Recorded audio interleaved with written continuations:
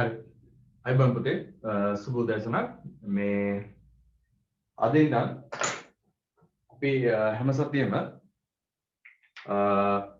බලාපොරොත්තු වෙනවා දැන් 2021 උසස් පෙළට සම්බන්ධ වෙන එකපාරක් ලියපු දරුවෝ. ඒ කියන්නේ එකපාරක් උසස් පෙළ ලියපු දරුවෝ සඳහා සංයුක්ත ගණිතය මේ පුනරීක්ෂණ පන්ති කරගෙන යන්න.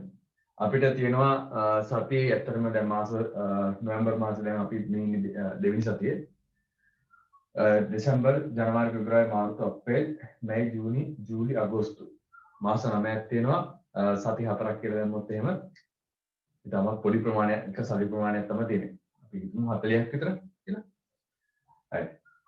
ඒ සති 40ට මේ පුනරීක්ෂණ පන්තිය බලාපොරොත්තු වෙනවා. ඔයාලට පේපර්ස් 40ක් කරලා සබ්ජෙක්ට් එකේ කියන්නේ තියෙන ප්‍රධාන පාඩම් ටික කියන්නේ අනිවාර්යෙන් කරන්න ඕනේ පාඩම් ටිකයි ඊට අමතරව තියෙන පාඩම් ටිකයි කියන්නේ සල්ලව ගත්තොත් එහෙනම් දැන් අපි ඉස්සෙල්ලා පටන් ගන්න තාත්වික සංඛ්‍යා ශිත කියන පාඩම ඒකේ ලොකු ප්‍රශ්නයක් එන්නේ නැති වුණාට ඒකෙන් වැදගත් කාරණා ගොඩක් අපිට අනිත් කොටස් වලට පාවිච්චි කරන්න පුළුවන්. අන්න ඒ වගේ මේ ඒ වගේ පාඩමුයි ඊට අමතරව දැන් අවකලන අනුකලනය සහ ඒක පොදුවේ කලනය පාඩම ගත්තොත් එහෙම අපි පැහැදිලිවම දන්නවා කලනය වගේ පාඩමක ලකුණු හම්බ වෙනවා ප්‍රධාන ප්‍රශ්න දෙකක් එනවා පියෝ පේපරේ ප්‍රධාන ප්‍රශ්න දෙකක් එනවා ඒකෝ දෙකෙන් ලකුණු 150 300යි ඊට අමතරව පොඩි ගණන් තුනක් විතර આવොත් එහෙම 375ක් එනවා 375 කියන්නේ 38.5 මුළු පේපරෙන් ගත්තොත් එහෙම ලකුණු 15කට වැඩි ප්‍රමාණයක් 10ක් විතර ප්‍රමාණයක්. ඒක නිසා ඒ වගේ ලොකු ගොඩක් පේපරේට බර තියෙන පාඩනුයි බර අඩු පාඩනුයි ඔක්කොම හරිද වෙලාව ගන්නට මැනේජ් කරලා මේ සති 40 වගේ ඇතුළත සම්පූර්ණ මේ ටික ඔක්කොම කරන්න තමයි බලාපොරොත්තු වෙන්නේ. හරිද? එතකොට මේකෙදී ගොඩාක් හොඳයි සම්බන්ධ වෙනවා නම් මේ එකපාරක් විභාගෙට ලියපු ළමයෙක් එකපාරක් විභාගෙට ලියපු ළමයෙක් මේකට සම්බන්ධ වෙනකොට ඒකේ වටිනාකම තියෙන්නේ මේ අපි විභාගයේ මූලික කරගෙනම විතරයි මේ පුනරීක්ෂණ පන්තිය කරන්නේ. එතකොට දැන් අර අපි සිද්ධාන්ත පන්තියක් කරනකොට අපි ඒකේ සියුම් ටර්ම් විෂයේ තියෙන විෂය කාරණාවේ තියෙන සියුම් ටර්ම් පව අපි අධ්‍යයනය කරනවා. ඒ කියන්නේ ඔයාලට ඇත්තටම ගණන් උගන්වනවා. මේකෙත්දී අපි ගොඩාක් බලාපොරොත්තු වෙන ඔයාලට පේපරේ විභාග පේපරේ කොහොමද පාස් වෙන්නේ කොයි වගේ ලකුණු ප්‍රමාණයක යන්න පුළුවන්ද ඔයාලගේ තියෙන ඔයාලට පහසු ඔයාලගේ තියෙන දක්ෂතාවයත් එක්ක ඔයාලට පහසු ගණිත කොටස් හඳුනාගන්නේ කොහොමද ඒවට ඒ කාලය අතුළත හරි ඒ කියන්නේ දැන් උදාහරණයක් ගත්තොත් එහෙම ලොකු ප්‍රශ්නයකට විනාඩි 25ක් වගේ ඇතුළත කොහොමද සාර්ථක විදිහට උත්තර ලියන්නේ කොහොමද වැඩිම ලකුණු ප්‍රමාණයක් ගන්න විදිහට උත්තර ලියන්නේ ඔයාලා දන්න ටිකෙන් ඔයාලට ගන්න පුළුවන් උපරිම ලකුණු ප්‍රමාණය කොච්චරද කියන අන්න ඒ වගේ මේ ඔයාලට ස්ට්‍රැටජි එක සම්පූර්ණයෙන් හදලා දෙන එක තමයි අපි රිවිෂන් පන්තියේ කරන්නේ. තියරි පන්තියකට වඩා මේක වෙනස් වෙන්නේ ඒකින්ද.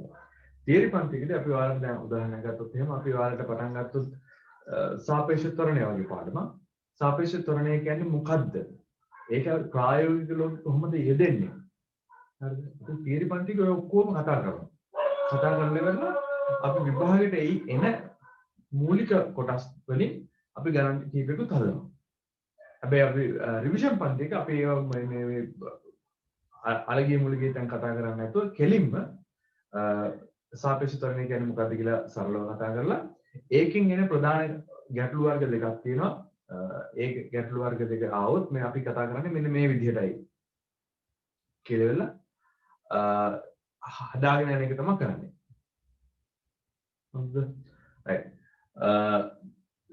මේ සතිය ඇතුළත මේ කියන්නේ රිවිෂන් පන්තිය ඇතුළත වෙන්නේ මෙහිමයි ඔන්ලයින් කරන දවස්වලට අපි දැන් අපි උදේ ක්ලාස් එක පටන් ගන්නවා 9ට 11ට තියරි කතා කරලා ඉවර කරනවා. දැනට පටන් ගන්න දවසේ ඉඳලා පැය දෙකයි තමයි කරන්නේ කොහොමද. ඊට පස්සේ ඔයාලට මම පේපරේ දැන් අද පේපරේ හાર્ඩ් කොපි දෙන්න විදියක් නැහැ. තිබ්බ අඩුපාඩු කියන්නේ මේන්ටෙනන්ස් වල තිබ්බ ප්‍රශ්න හින්දා ලබන සතියේ නම් මම හිතන්නේ ගෝල්ඩන් කී එකේ ළමයින්ට මට දෙන්න පුළුවන් මේ hard copy paper එක. ඊට අමතරව tube එක. ඔයාලට තියෙන්නේ අද මම මේ කරා ඊට පස්සේ වෙලා paper එක දෙනවා. paper අද දවසේ අතුලත පැය 3ක් තියාගෙන paper එක කරන්න. අද pure paper එක නම් ඊළඟ සතියේ applied paper එක. paper එක කරලා ඉවර වෙලා හවස හරිද? හවස 6 ඉඳන් 9 වෙනකම් ඩිස්කෂන් එක තියෙනවා. බැරි වෙලා හරි ඩිස්කෂන් එකට ඉන්න බැරි වුණොත් එහෙම ඒකේ වීඩියෝ එක මම ඔයාලට අප්ලෝඩ් කරනවා. ඒ අප්ලෝඩ් කරපු එක බලලා ඒකෙනුත් ඉගෙන ගන්න යනවා පුළුවන් මේ. හරිද? right. අපි බලමු කරන්න තියෙන පාඩම් මොනවද කියන එක. සම්බන්ධ වෙලා ඉන්න ඉස්සරහට දැන් අද දවසේ සම්පූර්ණයෙන්ම කරන්නේ ඔයාලට තාත්වික සංඛ්‍යා සහ ශිත කියන පාඩම මූලික හඳුන්වා දීම. අපි ලබන සතිය වගේ ඉන්න සාමාන්‍යයෙන් ඔයාලට ශිත වල ගැටලු වෙන විදිහ කොහොමද ශේෂ ගුණය කියන්නේ මොකද්ද සාධක ගුණය කියන්නේ මොනවද වගේ ඒවා ලබන සතියේම කතා කරනවා. අද අපි කතා කරන්නේ මූලික විදිහට තාත්වික සංඛ්‍යා ගැන මොනවද ඊට පස්සේ එකෙන් ශිත කොහොමද ගොඩනගා ගන්නේ කියන දේ.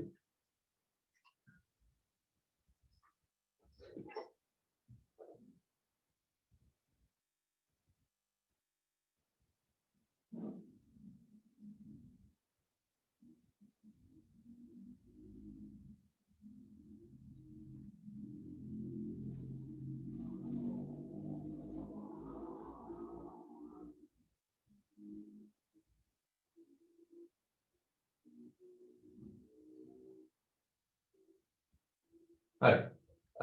මේ තියෙන්නේ ඔයාලගේ සිලබස් එකේ ඔයාලට හම්බ වෙන පාඩම් ටික කවුරු හරි රිවිෂන් එකට විතරක් ඉන්න දරුවෙක් ඉන්නවා නම් ඒ දරුවා පුතා මේ ටික ලියා ගන්න ඕනේ එක්කෝ නැත්නම් ඔයාලා මේ කොලයක් මේ ගෝල්ඩන් කී එකෙන් හරි ගන්න ඕනේ. ඒ කියන්නේ මේ නාලරිගේ ගෝල්ඩන් කී එකෙන්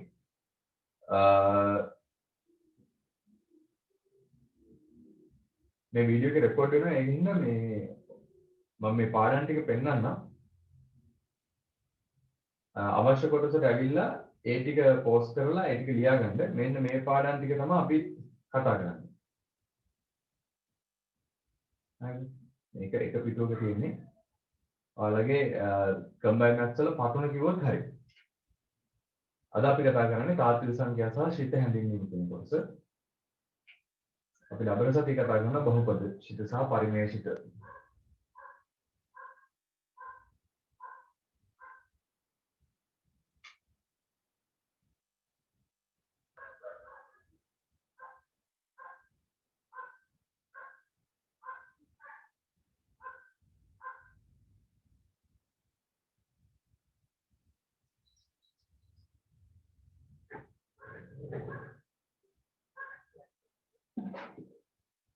හරි. චුට්ටක් බලමු. ඉස්සෙල්ලාම මේ ගණිතය ගැන කතා කරන්නේ. අද දවසේ පොඩ්ඩක් ඉතින් කතා කරලා තමයි ගොඩක් වැඩි වෙන්නේ.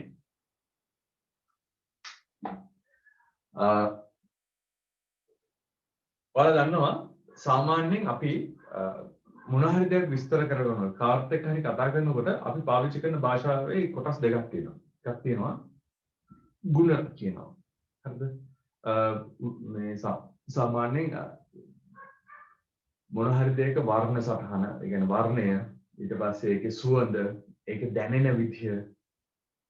හොඳද? අන්න ඒ වගේ දේවල් අපිට මේ ප්‍රමාණයකින් කියන්න බෑ. ප්‍රමාණයකින් කියන්න බෑ කියන්නේ දැන් කාට හරි දෙන්නෙක් එක ළඟ තියලා වෙලා රෝස මලක් දීලා ඔයාට සුවඳ වැඩියෙන් දැනෙනවද ඔයාට සුවඳ අඩුවෙන් දැනෙනවද කියලා අඩු වැඩි කමක් එතන කතා කරන්න අමාරුයි. වර්ණයක් ගත්තොත් එහෙම රතු පාට ඔයාට ලස්සනයිද මට ලස්සනයිද කියලා කතා කරන්න බෑ. දැන් සාපේක්ෂව ගන්න බෑ කියන්නේ ඒ වගේ දේවල් අර එක එක්කෙනාට පොදු දේවල්. ඒවා අපිට මේ ඉලක්කමකින් කියන්න පුළුවන් දේවල් නෙමෙයි. අපි ඒක කතා කරන්නේ නැහැ. ඔයාට රතු පාට සාමාන්‍ය මෙච්චර ප්‍රමාණයකින්ද පේන්නේ මටත් මෙච්චර ප්‍රමාණය තීව්‍රතාවයක් එහෙම අපි කතා කරන්නේ නැහැ. අන්න ඒ වගේ ಗುಣ කතා කරන දෙයක් තියෙනවා. හරිද? ලස්සනයි, කැතයි, සනීපයි, අමාරුයි. අන්න ඒ වගේ දේවල් අපි ගුණයක් විදිහට කතා කරන ගතිගුණ. ඊට අමතරව අපි කතා කරන අනිත් දේ තමයි ප්‍රමාණ කතා කරනවා. ප්‍රමාණ කතා කරනවා කියන්නේ දැන් උදාහරණයක් ගත්තොත් එහෙම දැන් කඩේකට ගිහිල්ලා බඩුවක් ගන්නකොට ඒකට මිලක් තියෙනවා. හරිද? අපි මොන හරි දෙයක් උස්සනවා නම් ඒකට බරක් තියෙනවා. ගමන් කරා නම් දුරක් තියෙනවා. ඒතකොට දැන් අපි ඒ දුර කාට හරි තේරුම් කරනකොට අපි කියනවා මම අද දවසේ කිලෝමීටර් 20ක් කැවිලා. අමාරුයි දවසේ කිලෝමීටර් 20ක් වෙන කෙනෙකුට අමාරුද ඒ වුණත් අපි ඒ වගේ අර ප්‍රමාණයක් ගැන කතා කරන සාමාන්‍ය එදිනදා ජීවිතයේ එදිනදා වැඩ කටයුතු කරනවා. ඔය එදිනදා ඒ ප්‍රමාණ ගැන කතා කරනකොට අපි පාවිච්චි කරන භාෂාව තමයි ඒක විශ්වීය භාෂාවක්. අපි ඒකට පාවිච්චි කරනවා ගණිතය කියන කොටස. ගණිතය කියන මුළු විශ්වයටම ගැලපෙන භාෂාව. හරිද? ඒතර ප්‍රමාණයක් කාට හරි තේරුම් කරන්න තමයි ඇත්තටම මේ ගණන් කියන දේ හදලා තියෙන්නේ. ඊට පස්සේ ඒ කියන්නේ නිකන් මේ කවුරු හරි හොයාගත්තා කියලා දෙයක් නෙමෙයි තියෙන්නේ.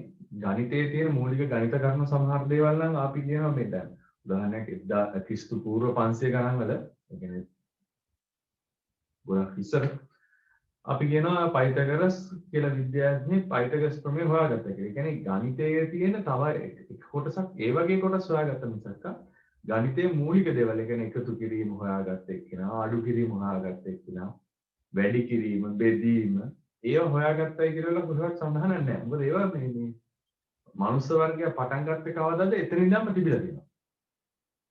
හොඳද?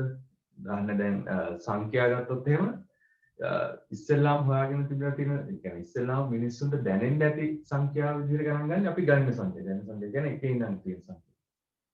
එතෙන් දැන් උදාහරණයක් ගත්තොත් එහෙම කාට හරි පිටු මානවයෝ ඉන්නවා කියලා. දැන් පරණ ආදි මානවයෝ ඉන්නකොට ඒ කට්ටියට තිබ්බ සරලම ගණිත ගණන් කරන දේ තමයි අර 1 2 3 4 කියලා ගණන් කරන්නේ. අද කී දෙනෙක් ඉන්නවද? අද 5 දෙනෙක් ඉන්නවා. අද කී දෙනෙක් දණ්ඩේ යනවද? අද 3 දෙනෙක් යනවා. ඒ වගේ ධන නිකිල සංඛ්‍යා තමයි ඉස්සෙල්ලාම ගණන් කතා කරනකොට ඉස්සෙල්ලාම හොයාගත්තයි කියලා අපි කතා කරන්නේ. ඊට පස්සේ ගණිතයේ දියුණුවත් එක්ක හම්බෙන ඊට පස්සේ කොටස තමයි මේ බිඳුව කියන එක. බිඳුව කියන එක ඒ කියන්නේ අද කී දෙනෙක් ඉන්නවද කියලා අහුවොත් එහෙම දැන් දඩේමයන්ට මම ඉස්සෙල්ලා කිව්වා දඩේමයන්ට අද 3 දෙනෙක් ඉන්නවා කියලා. අපි හිතමු දඩේමයන්ට කවුරුත් නැත්තම් ඒක කියාගන්න විදිහක් තියෙනවා. ඒ කියන්නේ ඒක දක්වන්න විදිහක් තියෙනවා. ප්‍රමාණයක් විදිහට කියන්න දෙයක් ඕන හින්දා හොයාගත්ත දෙයක් තමයි. ඒ කියන්නේ මුකුත් නැහැ කියන අදහසට හොයාගත්ත සංකේතයක් නැත්නම් අදහසක් තමයි බිඳුව කියන්නේ. ඊට පස්සේ කාලෙක වෙනදාම දිනුවත් එක්ක දැන් හිතන්නකෝ මම අරන් එනවා අන්නාසිගිරි 5. ඊට පස්සේ ඒක අන්නාසිගිරි 5 අනිත් ගමේ මිනිස්සුෙකුට දීලා ඒ මිනිස්සයාගෙන් අඹ ගෙඩි 10ක් අරන් එනවා. අන්නාසිගිරි 5ක් මම අරන් ගිහිල්ලා අර මිනිස්සයාට දීලා එයාගෙන් අඹ ගෙඩි 5ක් මම අරන් එනවා. ඒක තමයි මගේ වෙළඳාම. අද දවසේ වෙළඳාම. මම අරන් එනවා අන්නාසිගිරි 5ක්. ඒ මිනිස්සයා ගාව අඹ ගෙඩි 10ක් කොහොම මම අද අරන් එනවා කියලා තමයි. මම හෙටත් අන්නාසිගිරි 5ක් අරන් එනවා. අඹ ගෙඩි 10ක් අරන් එනවා. ඊපස්සේ අනිද්දාත් ඒ කියන්නේ හෙටත් ගියා අනිද්දාත් යනවා. ඒ කියන්නේ ඉදත් ගිහිල්ලා ගන්න යනකොට අපි හිතමු එයා ගාව අඹ ගෙඩි අඩුයි. එයාට 10ක් දෙන්න තරම් 10ක් නැහැ. අඹ ගෙඩි 10ක් දෙන්න නැහැ. ඉතින් මම අන්නාසිගිරි 5 දීලා එයා අපි හිතමු එයාට එදා දෙන්න අඹ ගෙඩි අයිත අඹ කල්ලා නැහැ හරි මොකක් කර කියලා. එතකොට අපි නොදී එන්නේ නැහැ. අපි කියනවා රයිට් අන්නාසිගිරි 5 තියාගන්න. ඔයා මට හෙට කියන්නේ අද වාගාව නැත්තම් අඹ ගෙඩි 10 ඔයා මට හෙට අඹ ගෙඩි 20ක් දෙන්න. ඒ කියන්නේ දැනටමත් ඔයා 10ක් අඩුයි ඈ. හරිද? ඒ කියන්නේ මේ ණය ස්වරූපය ණය වෙනවා කියන අදහසේදී මේ ඒවත් එක්ක මිනිසුන්ට පාවිච්චි කරන්න ඕන වුණා ඍණ සංඛ්‍යා. ඒකට ඒ ධන සංඛ්‍යා කියන්නේ ගණන සංඛ්‍යා ඊට පස්සේ පූර්ණ සංඛ්‍යා වෙලා ඊට පස්සේ ඒක නිත්‍ය සංඛ්‍යා කියන පද්ධතිය බවට පත් වෙන ඔය විදිහට. ඊළඟ කාරණාව තමයි දැන් ඕකේ කොහොමද දශම සංඛ්‍යා එන්නේ කියන එක. ගණිතයේ දියුණුවත් එක්ක ඊට පස්සේ දැන් අපි හිතමු අයියා මල්ලි දෙන්න ගිහිල්ලා වෙලා මොන හරි දෙයක් බිස්නස් කරනවා. අයියා මල්ලි ගිහිල්ලා බිස්නස් එකක් කරනවා. අයියා මල්ලි බිස්නස් එක කරනකොට අපි හිතමු හම්බ වෙන්නේ Tamanට බිස්නස් එකේදී හම්බ වෙන්නේ මොනවද? ඒ හම්බ වෙන ටික දෙකට බෙදා ගන්නවා කියලා. එතකොට දැන් ඉස්සෙල්ලාම දැන් අද ගියා බිස්නස් එක කරන්න හම්බුණා අඹ ගෙඩි 10ක් අයියටයි මටයි දෙන්නටම හම්බුණා. ගෙනාවා හරියටම දෙකට බෙදුවා. මලිට 5යි මට 5යි. ඊට පස්සේ ආයෙත් ගියා අඹ ගෙඩි 10ක් හම්බුණා. ගෙනාවා මලිට 5යි මට 5යි. වෙන කොහෙට හරි ගියා වික්කම හරි දෙයක් හම්බුනේ එක අඹ ගෙඩියකින් විතරද? අඹ ගෙඩි 3ක් වගේ ඔත්තේ සංඛ්‍යාවක් හම්බුණා. ඊට පස්සේ තමයි දැන් ওই ප්‍රශ්නේ එන්නේ කොහොමද රයිට් අඹ ගෙඩි 3ක් හම්බුණා නම් රයිට් එකක් මල්ලි තියාගන්න එකක් එකක් මන් තියාගන්න එකක් අයිය තියාගන්න අනිත් එකට මොකද කරන්නේ කියන ප්‍රශ්නේ. ඒ කියන්නේ එතකොට තමයි බෙදනවා කියන සංකල්ප එන්නේ. ඒ බෙදීමත් එක්ක තමයි දශම සංඛ්‍යා හැම නිර්මාණය වෙන්නේ. 10න් පංගු දශම සංඛ්‍යා ඊට පස්සේ භාග සංඛ්‍යා වගේ දේවල්. ඒ වගේ ඒ දේවල් එක්ක සාමාන්‍ය පොදුවේ සම්පූර්ණ මේ තාත්වික සංඛ්‍යාම හැදෙන්න පටන් ගන්නවා. පරිමේය සංඛ්‍යා හැදෙනවා ඊට පස්සේ අපරිමේය සංඛ්‍යා කියලා જાතිකුත් හැදෙනවා. අපරිමේය සංඛ්‍යා එහෙම හැදෙන්නේ ජ්‍යාමිතිය දියුණුවත් එක්ක දැන් ඔයාලා දන්නවා දැන් එක වර්ග කරපුවාම එකයි කියලා එන්නේ දෙකේ වර්ගය ගත්තාම දෙකයි කියලා එන්නේ දැන් හතරයි කියලා එන්නේ ඊට පස්සේ තුනේ වර්ගය 9යි ඊට පස්සේ සංකල්පයක් ගෙනාව රයිට් වර්ග කරපුවාම මෙහෙමනම් වර්ග මූලය ගත්තාම ආයෙත් හිතපු තැනට එන්න ඕනේ කියලා. ඒ කියන්නේ එකේ වර්ග මූලය. මෙතන තියෙන්නේ වර්ගය ඊට පස්සේ මේ පැත්තට ගත්තොත් එහෙනම් වර්ග මූලය කියන එක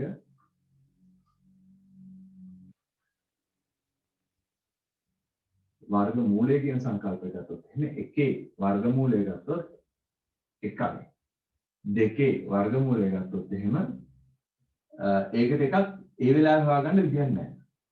තුනේ වර්ග මූලය ගත්තොත් එහෙම ඒකට හොයාගන්න එකකුත් නැහැ. ඊට පස්සේ හතරේ වර්ග මූලය ගත්තාම වෙලා පටන් ගන්න කාලේ නම් කෙලින්ම දෙකයි. කියන්නේ මෙන්න මේ පැත්තටම තියෙන සිතේ ඒ කියන්නේ වර්ග කරන්නද තියෙන සිතේ ප්‍රතිලෝම සිතේ වර්ග මූල සිතේ ගත්තොත් එහෙම ඒ වර්ග මූල සිතේදී මෙන්න මේ වගේ අගයන් දෙකේ වර්ග මූලය තුනේ වර්ග මූලය වගේ දේවල් ගණනය කරනකොට අපිට ආව මේ භාග සංඛ්‍යා ඒ ආපු භාග සංඛ්‍යාව මේ කියන්නේ දශම සංඛ්‍යාව හැම අපිට මේ කොයි වෙලාවකවත් කියලා ඉවර කරගන්න බැරි ඉච්චා. හරිද? ඒ කියන්නේ ඒක රටාවක් කවදාකවත් අහු වෙන්නේ නැති මට්ටමේ සංඛ්‍යා අපිට හම්බ වෙන්න පටන් ගත්තා මූල 2 මූල 3 වගේ ඉලක්කම්. ඊට පස්සේ අපිට තව හම්බෙච්ච එක තමයි ඔය මේ 5 වගේ නියත. 5 E එවුලාදී ඩෙන්ටිටි අන්න ඒ වගේ නියතවල අපිට හොයාගන්න වෙන්නේ නැහැ. ඒ කියන්නේ 5 ඕක සාමාන්‍ය 3.14න් පටන් අරගෙන ඉවරලා එක දිගට යනවා මේ තාම යනවා. හරි. ඊට පස්සේ E ගත්තොත් එහෙම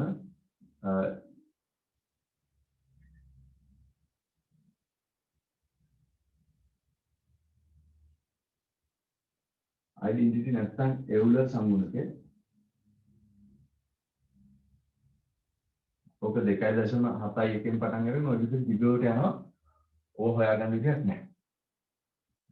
හරි. මේ වගේ වෙනම අර්ධකකින් තියෙන අය මෙහෙම වෙන්නේ කියලා. ඔය වගේ සංඛ්‍යා හැම අපිට දශම ස්ථානයක් එහෙම හරියට තියාගන්න බැරි සංඛ්‍යා එහෙම වෙන්න පටන් ගත්තා. ඒක අපි ඒවට කියනවා අපරිමේය සංඛ්‍යා කියලා. අපරිමේය සංඛ්‍යයි පරිමේය සංඛ්‍යයි පාවිච්චි කරලා වෙලා ගොඩනගාගත් සංඛ්‍යා පද්ධතිය තමයි තාත්වික සංඛ්‍යා කියන්නේ. මේ තාත්වික සංඛ්‍යා කියන එක සරල අර්ථයෙන් තමයි සංඛ්‍යා රේඛාවක් මත හරිද? සංඛ්‍යා රේඛාවක් කියන්නේ මේ වගේ ඉරක් ගහලා සංඛ්‍යාලා නැත්නම් තාත්වික සංඛ්‍යා කියලා දාලා මේ රේඛාව මත ලකුණු කළ හැකි ඕනෑම සංඛ්‍යාවක්. හරි සංඛ්‍යා රේඛාව මත ලකුණු කළ හැකි ඕනෑම සංඛ්‍යාවක් අපි කියනවා තාත්වික සංඛ්‍යාවක් කියලා. හරිද? මේ අපි ගමු මේකත් එක්ක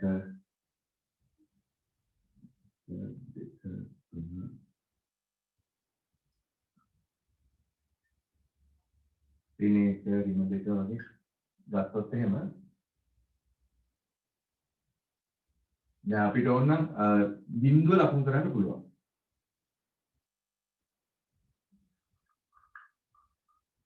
බිංදුව තාත්වික සංඛ්‍යාවක්. ඍණ 1 ලකුණු කරන්න පුළුවන් ඍණ සංඛ්‍යාවක්. ඊට පස්සේ 1 ලකුණු කරන්න පුළුවන්. ධන 1. ඊට පස්සේ වෙලා භාග සංඛ්‍යා ලකුණු කරන්න පුළුවන්. මේ වගේ තැනක තිබ්බොත් එහෙම භාගය. අපි කියනවා ඔකට අන්ත දශම. ඊට පස්සේ වෙලා තව ඕනනම් මේ වගේ තැනක දාලා වෙලා මම කියන්න පුළුවන් 10 බෙදීම 3යි. 10 බෙදීම 3 නැතුව අපි ගමු 4 බෙදීම 3. 4 බෙදීම 3යි. ඒක කියන අපි 1.3 ඔහොම යනවා. අපි කියන සමාවර්ත දශම. සමාවර්ත දශම.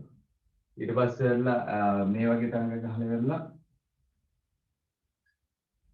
මේකට ගන්න පුළුවන් මූල 3 අගය 1.7යි 1.2යි ඒක කොහොම දිගට යනවා. අපරිමේය සංඛ්‍යා.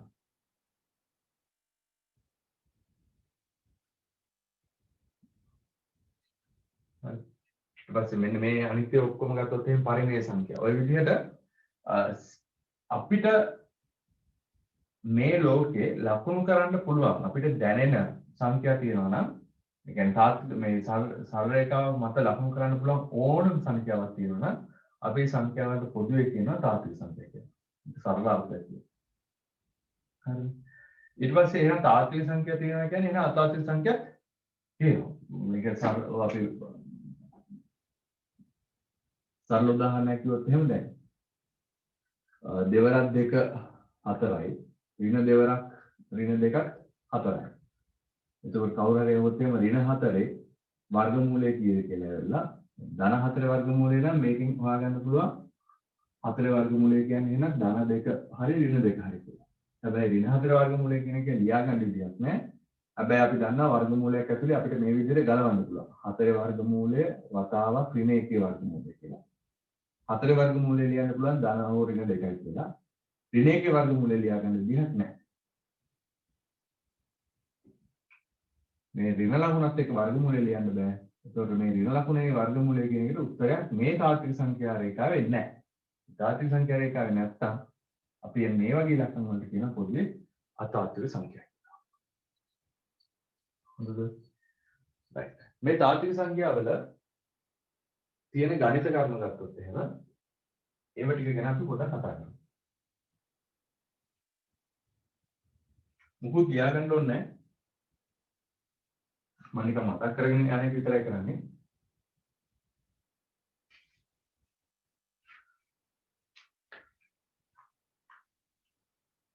තාත්වික සංඛ්‍යා ගත්තොත් එහෙම right මෙන්න මේ තව පුංචි කාරණාවක් කියලා ඉන්නම්. පුතා මේ රිවිෂන් පන්තියක්නේ. රිවිෂන් පන්තියකදී මේ මුල් පාඩම් වලදී නෝට් පොතක් අරගෙන ඉන්නලා මේ වෙලාවේ සම්බන්ධ වෙලා එක දිගටම අහන් ඉන්නවා කියන එකකුත් නැහැ. ඔයාලට පුළුවන් මොනවා රෙකෝඩින් දාලා වෙලා පාඩුවේ පැත්තට වෙලා ඉන්න. ඒක සාමාන්‍ය ගොඩාක් වෙලාවට මේ දවස්වල ළමයි කරන දේ. ඒක අපිත් දන්නවා. මොකද පෞද්ගලිකව වුණත් පොදුවේ වුණත් ඕන දෙයක් අපිට තේරෙනවා මේ දැන් ෆිල්ම් එකක් වුණත් පැය දෙකක් එක දිගට බලන් ඉන්නවා කියන එක මේ ප්‍රායෝගික නැහැ. ක්ලාස් එකකදී නම් යාළුවෝ ඉන්නවා පොඩ්ඩක් එහෙට මෙහෙට ඇනලා මේ මචං මොකද වෙන්නේ මේ මොකද්ද මේ අර කියන්නේ අරගෙන මේකද කියලා සර්ලට දැනලා ළඟ ඉන්න මනුස්සයෙක් කොහොමද මොන හරි ඒ වගේ අර මේ ක්‍රියාකාරකමක් තියෙනවා. දැන් ගෙදර ෆෝන් එකක් ඉස්සරහා ෆෝන් එක මෙහෙම ළඟ තියාගෙන හරි නැත්නම් ලැප්ටොප් එකක් ඉස්සරහා ලැප්ටොප් එක මෙහෙම ඉස්සරහා තියාගෙන හරි පැය දෙකක් එකට ඉගෙන ගන්නවා කියන දේ ඔයාලා කරන්නේ නැහැ කියන අපි දන්නවා. දැන් දන්නවා දැන් අහලා අපි විස්තර දන්නවා. ඉතින් මේක වෙන්නේ නැහැ කියන්නේ. හැබැයි මේක වැඩි. හරිද? දැන් රිවිෂන් පන්තියක වගේ දැන් දන්න විදිහට දැන් කෙමිස්ට්‍රි පන්තියෙම සමහරවිට පැය 4 යන වෙලාවල් තියෙනවා. ඒතකොට අතරමැද සින්දු දාලා එහෙම දේවල් කරනවා. ඒ වුණත් අර එක දිගට ළමයෙක්ව පැය 4ක් ලැප්ටොප් එකක් හරි ෆෝන් එකක් හරි ඉස්සරහින් ඉඳලා තියෙන එකත් එක විදිහකට හොඳ නැහැ. කියන්නේ ඇඟට හොඳත් නැහැ. ඒකින්ද මේ ක්ලාස් එක රිවිෂන් පන්තිය අපි කරන්නේ පැය දෙකයි. පැය දෙකයි. ඒ පැය දෙකේ උනත් රෙකෝඩින් එක YouTube එකට දානවා. එතකොට ඔයාලා තමන්ගේ වගකීමක් විදිහට. ඒ කියන්නේ තමන්ගේ දියුණුව උදෙසා. හරිද? තමන්ගේ දියුණුව උදෙසා මේ උත්සාහයෙන් වීර්යයෙන් ඉන්න පුළුවන් නම් පැය දෙකම ඉඳලා මේක කරගන්න. ඒක තමයි හොඳම දේ. ඒතකොට අද මම ක්ලාස් එක 9ට පටන් ගත්තා නම් 11ට ඔයාලගේ වැඩ ටිකත් ඉවරයි අපේ වැඩ ටිකත් ඉවරයි.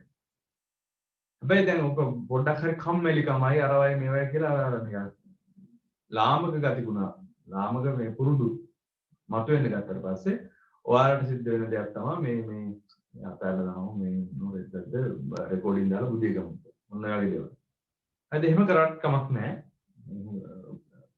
එහෙම කරනවා නම් කරුණා කරලා අද දවස් ඇතුළත මේ කරපු දේ අද දවස් ඇතුළත කොහොම හරි එවරයක් කරගන්න. මොකද සති 40ක් වගේ පුංචි කාලයකදී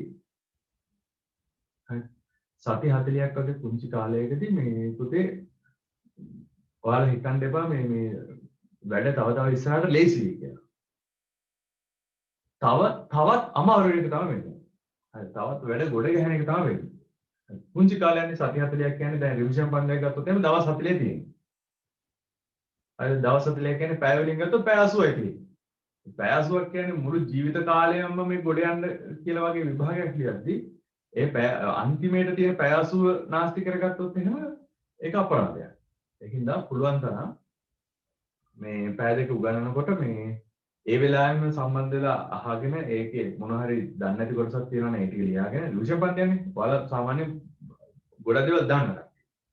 ඒතකොට නොදන්න යම් සුළු ප්‍රමාණයක් තියෙනවා නම් ඒ ටික ටක් ගාලා අවබෝධ කරගෙන ඒක පාවිච්චි කරලා ගණන් හදන්න මහන්සි වෙන්න අතහැරලා දාලා ඔහේ ඉන්න එපා. right අපි කතා කරන්නේ තාත්වික සංඛ්‍යා පද්ධතියේ මූලික ගණිත කර්ම විදිහට අපි ගණන් ගන්නේ එකතු කිරීම, අඩු කිරීම, වැඩි කිරීම, බෙදීම වගේ ගණිත කර්ම. මම එක එකතු කරන්නේ අඩු කරන්නේ කියන කතා කරන්නේ නැහැ. ඊට පස්සේ අපිට දකින්න තියෙන දෙයක් තමයි එදිනෙදා ගණිත ලෝකයේ දකින්න තියෙන දෙයක් තමයි මේ සංඛ්‍යා කුලක. හරිද? මොකද කුලකයක් කියන්නේ? කුලකයක් කියන්නේ පුතේ අපිට නිශ්චිත සීමාවක් දාලා වෙන් කරලා දක්වන්න පුළුවන් නම් නිශ්චිත සීමාවකින් වෙන් කරලා දක්වන්න පුළුවන් නම් මොන හරි ද්‍රව්‍ය ප්‍රමාණයක්, ද්‍රව්‍ය කොටසක්, මිනිස්සු ටිකක්, පිරිසක් වගේ සීමාවකින් වට කරලා පෙන්වන්න පුළුවන් දෙයක් තියෙනවා නම් අපි ඒවට පොදුවේ කියනවා ඒවා කුලක කියලා. අපි ඉංග්‍රීසියෙන් කියන්නේ සෙට් එකක් කියලා. හරිද? ඒ කියන්නේ සරල සෙට් එක කියන එක ඔයාලට තේරෙන්නේ නැති.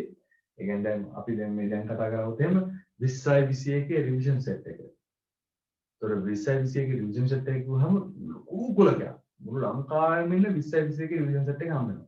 ඊට පස්සේ ඒ සෙට් එකේ සබ්සෙට් තියෙනවා. සබ්සෙට් කියන්නේ උපකුලක. ඒ කියන්නේ දැන් අපි හිතමු නුවරින් ලියන 20යි 21 සෙට් එක. කොළඹින් ලියන 20යි 21 සෙට් එක. රිවිෂන් සෙට් එක. හරිද? අන්න ඒ වගේ සබ්සෙට් හදන්න පුළුවන්. උපකුලක හදන්න. ඒ උපකුලක ඇතුලේ ඕන තවත් සබ්සෙට් හදන්න හැකියි.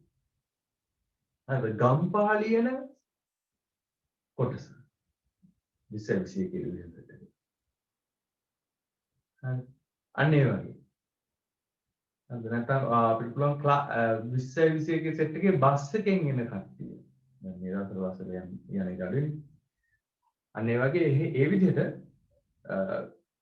අපිට සීමාවක් දානවා. ඒක මම අර දැම්මා 20යි 21 සෙට් එක කියන්නේ මේ ගන්න කුලකේ සීමාව. ඒතර ඒ සීමාවට යටත් පිරිස තමයි ඒ කුලකයට අයිති. හරිද? ඒ වගේම ඉලක්කම් කුලකක් තියෙනවා. හරිද? ඉලක්කම් කුලක ගත්තොත් එහෙම නිකිල සංඛ්‍යා කුලකය. නිකිල සංඛ්‍යා කුලක කියන්නේ දශම සංඛ්‍යා ඔක්කොම අයින් කරාට පස්සේ එන පූර්ණ සංඛ්‍යා වලින්. පූර්ණ සංඛ්‍යා සහ ඍණ සංඛ්‍යා. ඍණ 1, ඍණ 2, ඍණ 3 වගේ ඉලක්කම් ටික ගත්තොත් එහෙම අපි කියනවා නිකිල සංඛ්‍යා කුලකය. හරි. තාත්වික සංඛ්‍යා කුලකේ සරල රේඛාවක් මත ලකුණු කළ හැකි සියලුම සංඛ්‍යා තාත්වික සංඛ්‍යා සරල රේඛාවක් මත ලකුණු කළ හැකි සියලුම සංඛ්‍යා කුලකයට කියනවා තාත්වික සංඛ්‍යා කුලකය. ඒකද නීතිය වෙන්නේ සරල රේඛාවක් මත ලකුණු කළ හැකි කියන නීතිය. සීමා. හරිද? අන්න ඒ වගේ ඉලක්කම් කුලක තියෙනවා. අන්න ඒ වගේ කුලකයක් අපිට පුළුවන් තවත් කුලකයක් එක්ක සම්බන්ධ කරන්න. කියන්නේ තවත් කුලකයක් එක්ක සම්බන්ධ කරන්නත් පුළුවන් සම්බන්ධතාවක් තියෙනවා. උදාහරණයක් ගත්තොත් එහෙම දැන් හිතන්න මේ වගේ කුලකයක් ගන්නවා මම හිතමු ගණන සංඛ්‍යා කුලකයක් කියලා. ප්‍රකෘති සංඛ්‍යා නැත්නම් ගණන සංඛ්‍යා. ගණන සංඛ්‍යාවල තියෙනවා 1 2 3 4 5 6 7 8 ඔය වගේ ඉලක්කම් ගිහලා ඇති තරම් ඉලක්කම් තියෙනවා. හරි. ඊට පස්සේ තවත් ගණන සංඛ්‍යාව තියෙන කුලකයක් තියෙනවා. ඒතකොට මේකේ තියෙන ඉලක්කම් ටිකම තමයි මේකෙත් තියෙන්නේ. හැබැයි ඒක එක සෙට් එකක් මේක තව සෙට් එකක්. ඒතකොට අපි ගමු මේකේ 20 30 70 80 يعني 1 2 3 4 5 6 7 8 9 10 කියලා කරගෙන ඉවරලා 20 30 40 50 60 ඒ ඉලක්කම් බව තියෙනවා. මේ කුලකයයි සම්බන්ධ වෙලා තියෙන මෙන්න මේ විදිහට. ඒ කියන්නේ මේ කුලකයේ අවයවයක් අනිත් කුලකයේ අවයවයක් එක්ක මේ විදිහට සම්බන්ධ වෙලා තියෙනවා.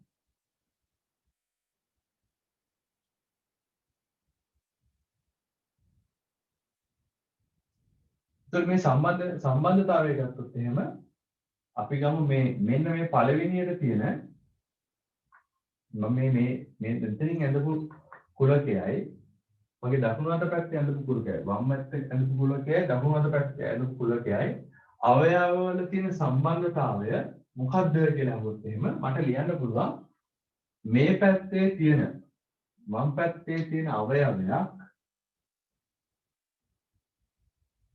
10න් ගුණ කරන්න. හරි.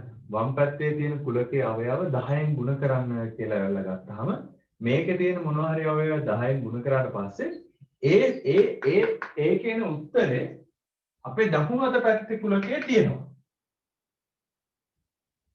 හරි. වම් පැත්තේ තියෙන අවයවයක අගය 10න් ගුණ කරන්න කියන එක අදාළ උත්තර ටික අපිට බලා ගන්න පුළුවන් දකුණු පැත්තේ තියෙන කුලකේ. දකුණු පැත්තේ තියෙන අවයව වලට වම් පැත්තේ තියෙන අවයව සම්බන්ධතාවයක් දක්වනවා. හරි. ඉතින් එකට එක සම්බන්ධ වෙනවා කියන්නේ. දෙකේ ඉලක්කමට 20, තුනේ ඉලක්කමට 30, හතේ ඉලක්කමට 70, 8 ඉලක්කමට 80. හරි. අන්න ඒ වගේ ඉලක්කම් සම්බන්ධ වෙනවා. කුලකයකින් අනිත් කුලකයකට. මෙන්න මේ කුලකවල තියෙන සම්බන්ධතා කිහිපයක් තියෙනවා. අපි මේ දැන් මේ තියෙන්නේ ඒක සම්බන්ධතාවය කියන එක. වම් පැත්තේ කුලකයේ එක අවයවයක් දකුණු පැත්තේ කුලකයේ එක අවයවයකට සම්බන්ධ වෙනවා. ওই විදිහට අපිට කුලක අතර දකින්න පුළුවන් සම්බන්ධතා හතරක් තියෙනවා. කුලක අතර දකින්න පුළුවන් සම්බන්ධතා හතරක් තියෙනවා. ඒ හතර තමයි මම මකන්නම්.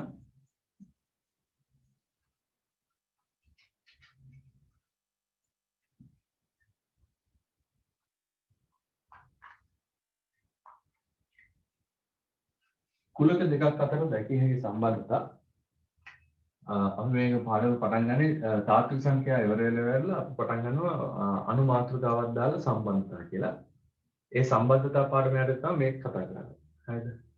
සම්බන්ධතා පාඩම කතා කරලා කියන්නේ කුලක දෙකක් අතර තිබිය හැකි අන්‍යෝන්‍ය සම්බන්ධතා හතරක් තියෙනවා. ඒ හතර මෙහෙමයි කියලා ලියනවා. එක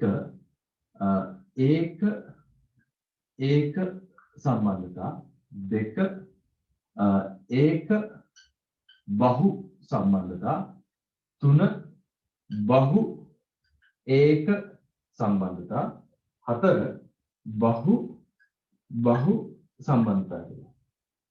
ඔයගේ සම්බන්ධතා හතර. මේකෙන් එකින් එකට මම මෙතන ලියන්නම් දකුණු අත පැත්තේ ඒක සම්බන්ධතාවය කියන පුතේ දැන් අපි කතා කරා වගේ සම්බන්ධතාවයක්. කුලකයක් තියෙනවා. මේ පැත්තේ කුලකයක් තියෙනවා. මම ගන්නවා මේ පැත්තේ කුලකයට කැපිටල් නෑ අපි ගණන සංඛ්‍යාව ගමුකෝ. ගණන සංඛ්‍යාව තියෙනවා. මේ පැත්තෙත් අපි තුමු තාත්වික සංඛ්‍යාව තියෙන කුලකයක් තියෙන්නේ. නිකිල සංඛ්‍යාව තියෙන කුලකයක් තියෙන්නේ.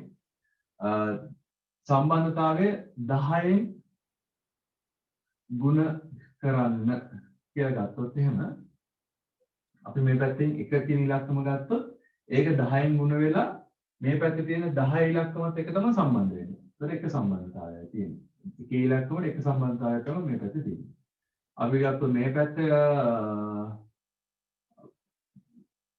ගණන සංඛ්‍යාවක් 100 ගත්තොත් එහෙම ඒක 10න් ගුණ කරන්න කිව්වහම මේ පැත්තේ සම්බන්ධ වෙන්නේ 1000ත් එක්ක. මේ පැත්තේ 372 ගත්තොත් එහෙම මේ පැත්තේ සම්බන්ධ වෙන්නේ කීයද? 4යි 4යි 7යි. හරිද? අන්න ඒ වගේ මේ පැත්තේ එක අවයවයක් අනිත් පැත්තේ අනිත් කුලකේ එක අවයවයක් එක්ක සම්බන්ධ වෙන සම්බන්ධතාවයකට අපි කියනවා ඒක සම්බන්ධතාවයක් කියලා. ඒක බහු සම්බන්ධතාවයක් කියන්නේ පුතේ මේ වගේ.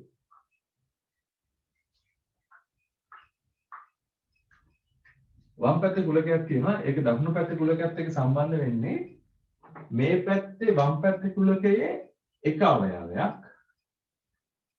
දකුණු පැත්තේ කුලකයේ අවයව දෙකක් එක්ක සම්බන්ධ වෙනවා. උදාහරණයක් වර්ගමූලය. වර්ගමූලය. හරි. මම මේ පැත්තට ගන්නම් තාත්වික සංඛ්‍යා. මේ පැත්තට ගන්නම් තාත්වික සංඛ්‍යා. ඒ කියන්නේ මේ පැත්තේ තියෙනවා අපිට සංඛ්‍යා රේඛාවක් මත ලකුණු කළ හැකි සියලුම සංඛ්‍යා මේ කුලකේ ඉන්නවා. මේ පැත්තේ කුලකේ සංඛ්‍යා රේඛාවක් මත ලකුණු කළ හැකි සියලුම සංඛ්‍යා ඉන්නවා. සම්බන්ධතාවයක් තියෙනවා වර්ගමූලය කියලා. බලන්න 4 කියන එක්කෙනාගේ වර්ගමූලය කියන්නේ ධන හෝ ඍණ දෙකයි. ඒ කියන්නේ ධන දෙකකින්වත් පුළුවන් ඍණ දෙකකින්වත් පුළුවන්. එතකොට ඒක මේ කුලකේ තියෙනවා. දෙකේ ඉලක්කමක් තියෙනවා ඍණ ධන දෙකේ ඉලක්කමක් තියෙනවා ඍණ දෙකේ ඉලක්කමක් තියෙනවා. එතකොට මේක එක්කෙනෙක් මේ පැත්තේ අගයන් දෙකකට සම්බන්ධ වෙනවා. අපි කියන ඔය වගේ සම්බන්ධතාවයකට කියනවා ඒක බහු සම්බන්ධතාවයක් කියලා.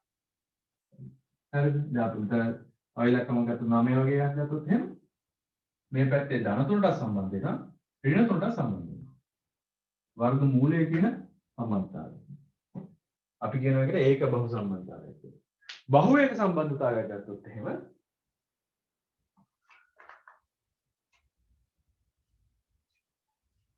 බහු ඒක සම්බන්ධතාවයක් ගත්තොත් එහෙම ඒකෙදි වෙන්නේ වම් පැත්තේ තියෙන කුලකය තාත්වික සංඛ්‍යාව ගන්න.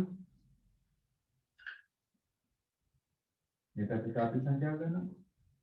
වම් පැත්තේ තියෙන කුලකයේ අවයව දෙකක් අනිත් පැත්තේ තනි අවයවයකට සම්බන්ධ වෙනවා. ඒක නිකන් මේ වගේ. දැන් අපි වර්ග කරන්න කියලා ගත්තොත් එහෙම දැන් මේ පැත්තේ දෙකේ ඉලක්කම වර්ග කරපුවාම මේ පැත්තේ ඉලක්කම 4 කියනවා. ඍණ දෙකේ ඉලක්කම ගත්තොත් එහෙම ඒක වර්ග කරපුවාම 4 කියලාම එන්නේ. ඒ කියන්නේ මේ පැත්තේ අවයව කිහිපයක් අර පැත්තේ තනි අවයවයකට සම්බන්ධ වෙනවා. අපි ඒකට කියනවා බහු වේග සම්බන්ධතාවය. ඒතකොට මේ පැත්තේ ගත්තොත් එහෙම ධන 7 කියලා ගත්තොත් ඒක වර්ග කරවුවොත් 49යි. ඍණ 7 කියලා ගත්තොත් ඒක වර්ග කරවුවොත් ඒත් 49ම තමයි. හරි අපි ඒවට කියනවා බහු වේග සම්බන්ධතාවය කියලා. බහු සම්බන්ධතාවය ගත්තොත් එහෙම ඒක ගණන් වලින් අපිට තේරුම් කරන්න බෑ. ගණන් වලින් තේරුම් කරන්න බැරි. දැන් අපිට එහෙම සම්බන්ධතාවයක් එහෙම සුළු කිරීමක් එන්නේ නැහැ. එහෙම සම්බන්ධතාවයක් ගණිතයේදී ගොඩනගන්න බෑ. හේතුව එහෙම වුණොත් එහෙම අපිට මේ ගණන් වරදින්න ඉඩ තියෙනවා.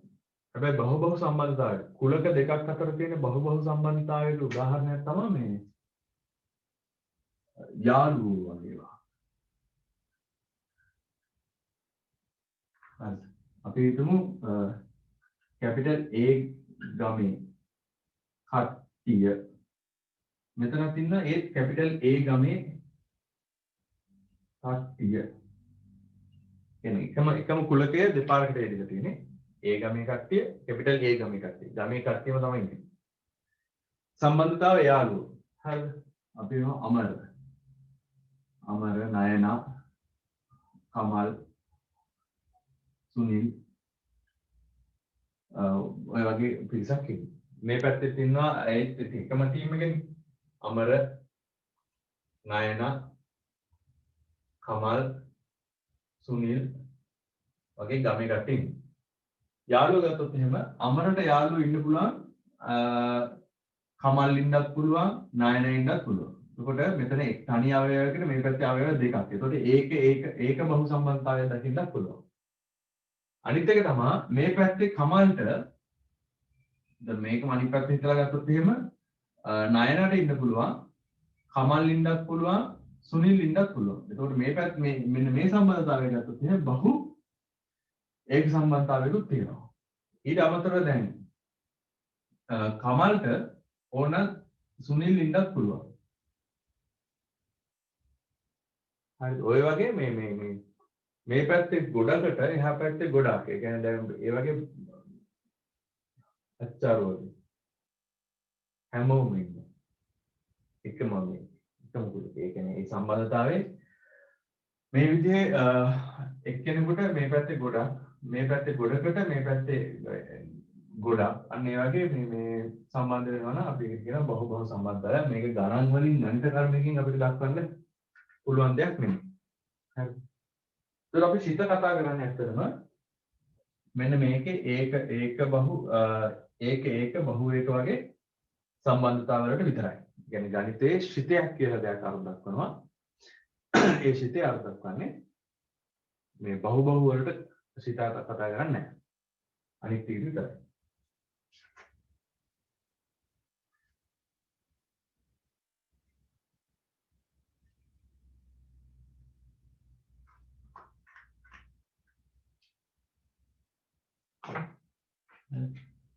ශිත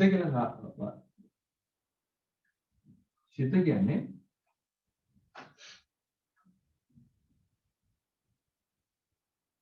අපි ගත්තොත් කැපිටල් X කුලකය කියලා එකක් තියෙනවා. අපි ගත්තොත් මේ පැත්තේ තියෙන කැපිටල් Y කියලා කුලකයක්. X කුලකයේ තියෙන සාධාරණ අවයවයක් සිම්පල් X කියලා ගත්තොත් Y කුලකයේ තියෙන සාධාරණ අවයවයක් සිම්පල් Y කියලා. මේ X කුලකයේ සිම්පල් X අවයවය කැපිටල් Y කුලකයේ සිම්පල් Y අවයවයක් එක්ක සම්බන්ධ වෙනවා. මේ සම්බන්ධ කරන සම්බන්ධතාවයට අපි නමක් දෙනවා F කියලා. හරි සම්බන්ධතාවයට නමක් දෙනවා F කියලා. මේ F කියන එක්කෙනාට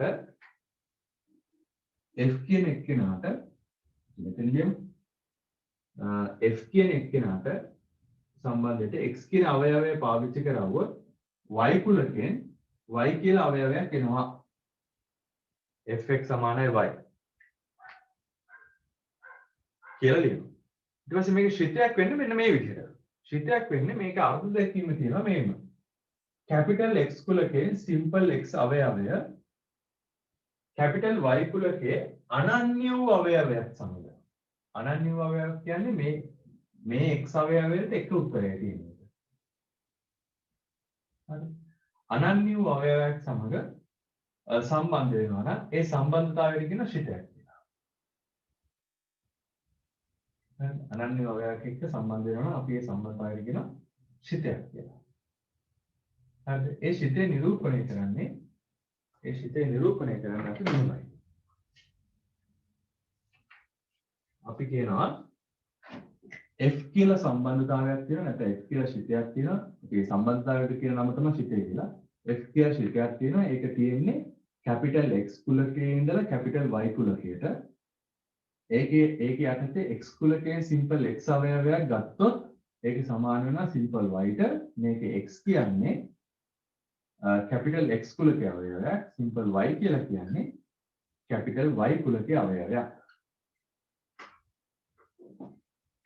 කියලා වෙලා ශිත අංකණය කියලා වෙලා අපිට මෙන්න මේ මොන හරි ශිත කුලක දෙකක් අතර තියෙන මෙන්න මේ සම්බන්ධතාවය ලියන්න පුළුවන්.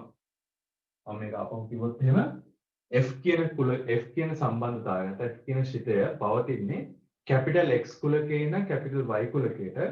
ඒක හැසිරෙන්නේ fx සමානයි y කියලා. X කියන්නේ කැපිටල් X කුලකෙන් ගත්ත සරල අවයවයක්. සිම්පල් y කියලා කියන්නේ කැපිටල් y කුලකෙන් ගත්ත සරල අවයවය. හරිද? ඔබ කියන ශිත අංකණය කියලා. මේ ශිතවල කියන්නේ මේ සම්බන්ධතාවයේ විශේෂ නම් කීපයක් තියෙනවා. ඒ නම් ටික අපි පොඩ්ඩක් කතා කරමු. ඒවා තමයි පුතේ වසම සහ වසම පරාසය ප්‍රතිබිම්බය වගේ දේවල්. හරිද? ඒ නම් ටික අපි පොඩ්ඩක් කතා කරගමු. කුලකයක් ගත්ත මේ ශිතයක් ගත්තොත් එහෙම මම මේ රූප සරහන තමයි අපවන්නේ.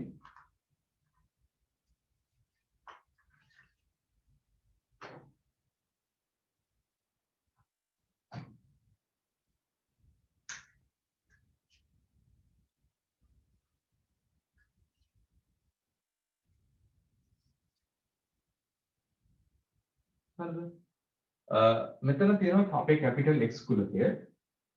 මෙතන තියෙන අපේ කැපිටල් Y කුලකය. මේකේ සිම්පල් X අවයවයක් තියෙනවා, මේකේ සිම්පල් Y අවයවයක් තියෙනවා. සාධාරණව F කියලා දෙන ශිතයකින් තමයි සම්බන්ධ වෙන්නේ. හරිද? අපි හිතමු මේ X කැපිටල් X කියන කුලකේ මේකේ සියලු අවයව සම්බන්ධ වෙනවා මේ පැත්තට. ඒක තමයි ඒකේ ශිතයක් වෙන්නේ. කැපිටල් X කුලකේ සියලු අවයව කැපිටල් Y කුලකේ අනන්‍ය අවයව සමග සම්බන්ධ වෙන්නේ. සම්බන්ධතාවයට තමයි අපි කියන්නේ ශිතයක් කියලා. එතකොට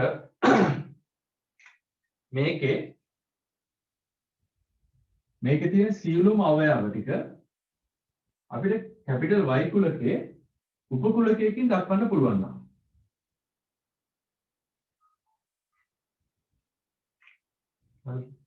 අපි නිකන් උදාහරණයකට ලියාගෙන යමු.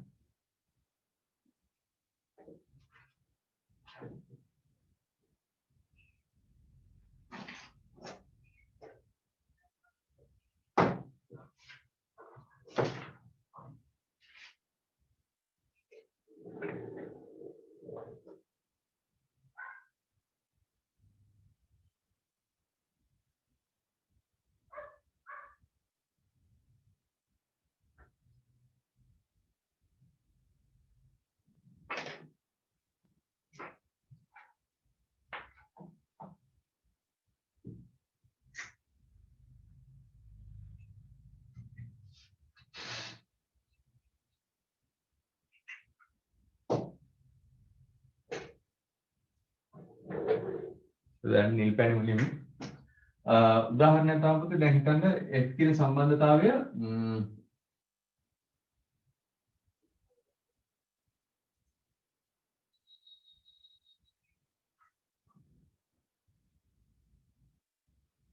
දෙකෙන් ಗುಣ කරන්න කියන සම්බන්ධතාවය තිබ්බයි කියලා. දෙකෙන් ಗುಣ කරන්න කියලා සම්බන්ධතාවයක් තියෙනවා. හරිද? අපි මේ කැපිටල් X කියන කුලකයට ගන්නවා ගණන සංඛ්‍යා. අපේ කැපිටල් Y කියන කුලකයට ගන්නේ තාත්වික සංඛ්‍යා. හරිද? මම උදාහරණයක් කරන්නේ. right.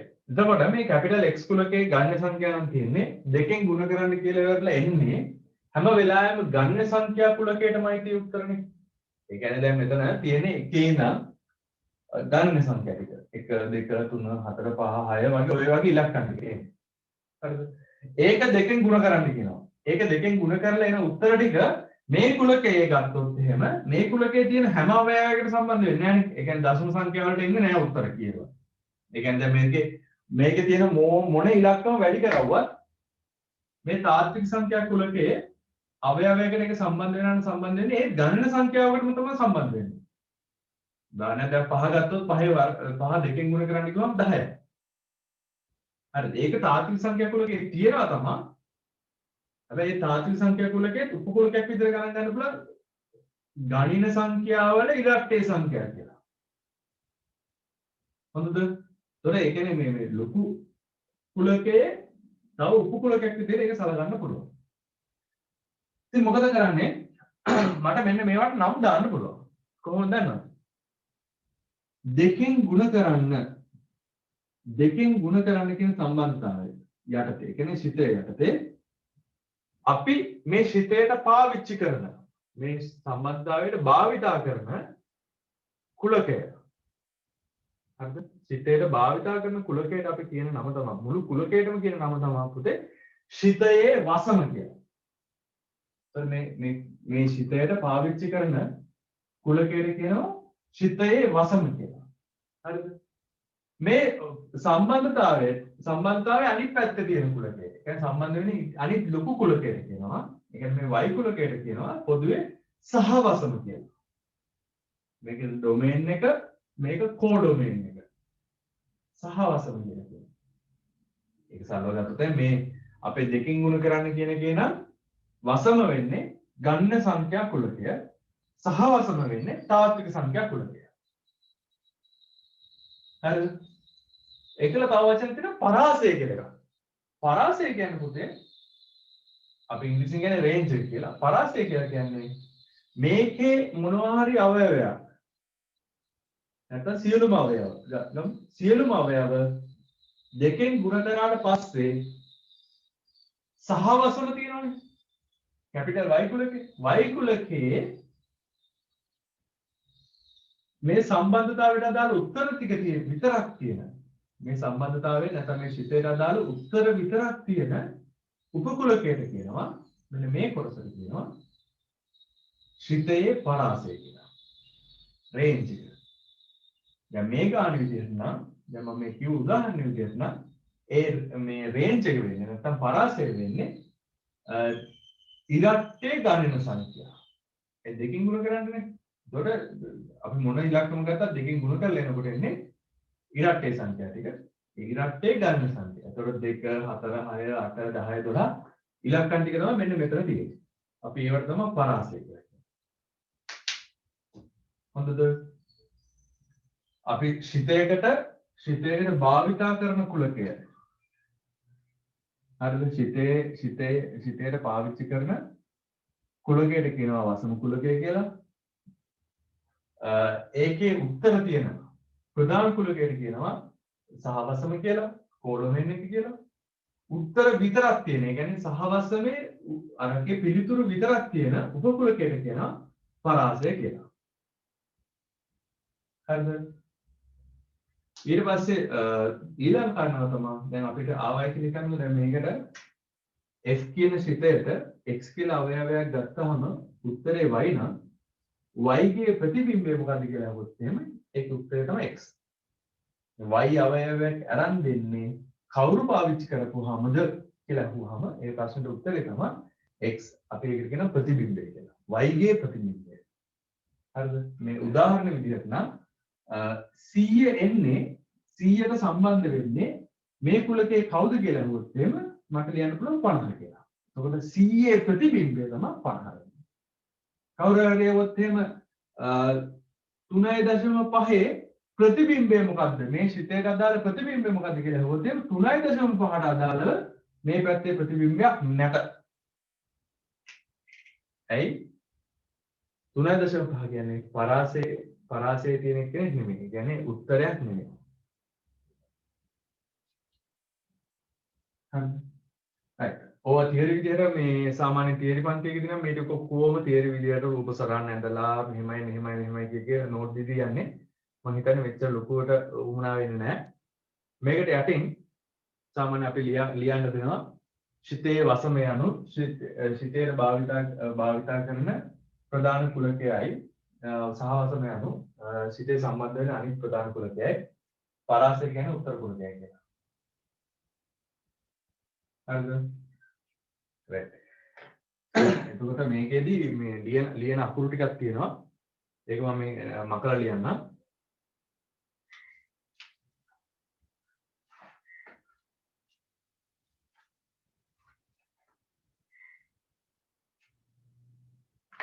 මම අකල් ලිව්වොත් එහෙම මෙහෙම ලියන්න පුළුවන්. අපේ ගාන විදිහට f කියලා සම්බන්ධතාවයක් තිබ්බා x කුලකයේ ඉඳලා y කුලකයට ගියපු x කුලකේ ඉඳලා y කුලකයට ගියපු. එතකොට ඒකේ f වලියට x කියලා අවයවයක් ගත්තොත් ඒක අනිත් පැත්තට සම්බන්ධ වෙන්නේ y කියන අවයවයට. මේක මේ සිම්පල් x කියන එක කෙනා ගත්තේ කැපිටල් x කුලකයෙන්.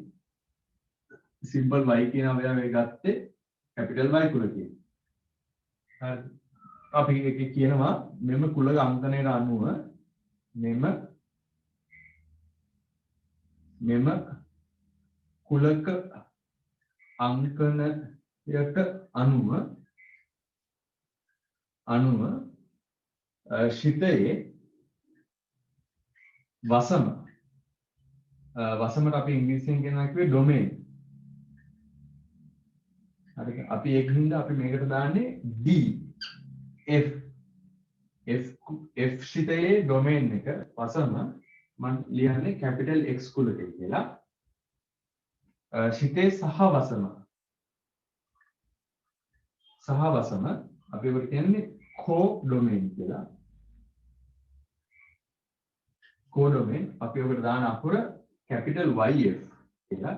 මේක විදිහට නම් කැපිටල් Y කුලකය. ඊට පස්සේ පරාසය අපි ඒකට ඉංග්‍රීසියෙන් කියන්නේ රේන්ජ් එක කියලා. රේන්ජ් එකට අපි දාන අකුර RF. RF මට සමානයි කියලා දාන්න විදිහක් නැහැ. මේකේ අපි ශිතයක් වෙන විශේෂ අර්ථ දක්වුවේ නැති නිසා සාමාන්‍ය ශිතයක් අර්ථ දක්වුවොත් අපිට ඒක ලියන්න පුළුවන් RF කියන්නේ එහෙනම් තාත්වික සංඛ්‍යාද දෙකෙන් ගුණ වෙන ගණන සංඛ්‍යාද අනම්මනම් කියලා RF වල අපි අගේ ලියන්න පුළුවන්. සාමාන්‍යයෙන් 12 වසරේ පළවෙනි වාර විභාගයට වගේ මේ වගේ ගණනක් අහලා වෙලා RF ගැන තමයි ගොඩක් ફોකස් කරලා අහන්නේ. RF හොයන්න. නැත්නම් RF වල මේ පරාසය ලියන්න. ඔය වගේ. හොඳද?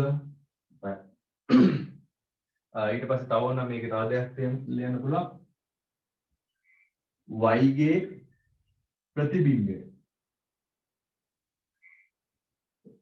Simple x ray. එතන ඔය වචන ටික චුට්ටක් ඔය මේ සාමාන්‍යයෙන් ඔය සිත පාඩමේදී මුලින් අහන්න හම්බ වෙන වචන. ඒ වගේ තේරුම් ටික තමයි මම ඔයාලට ඔය කිව්වේ. හරි.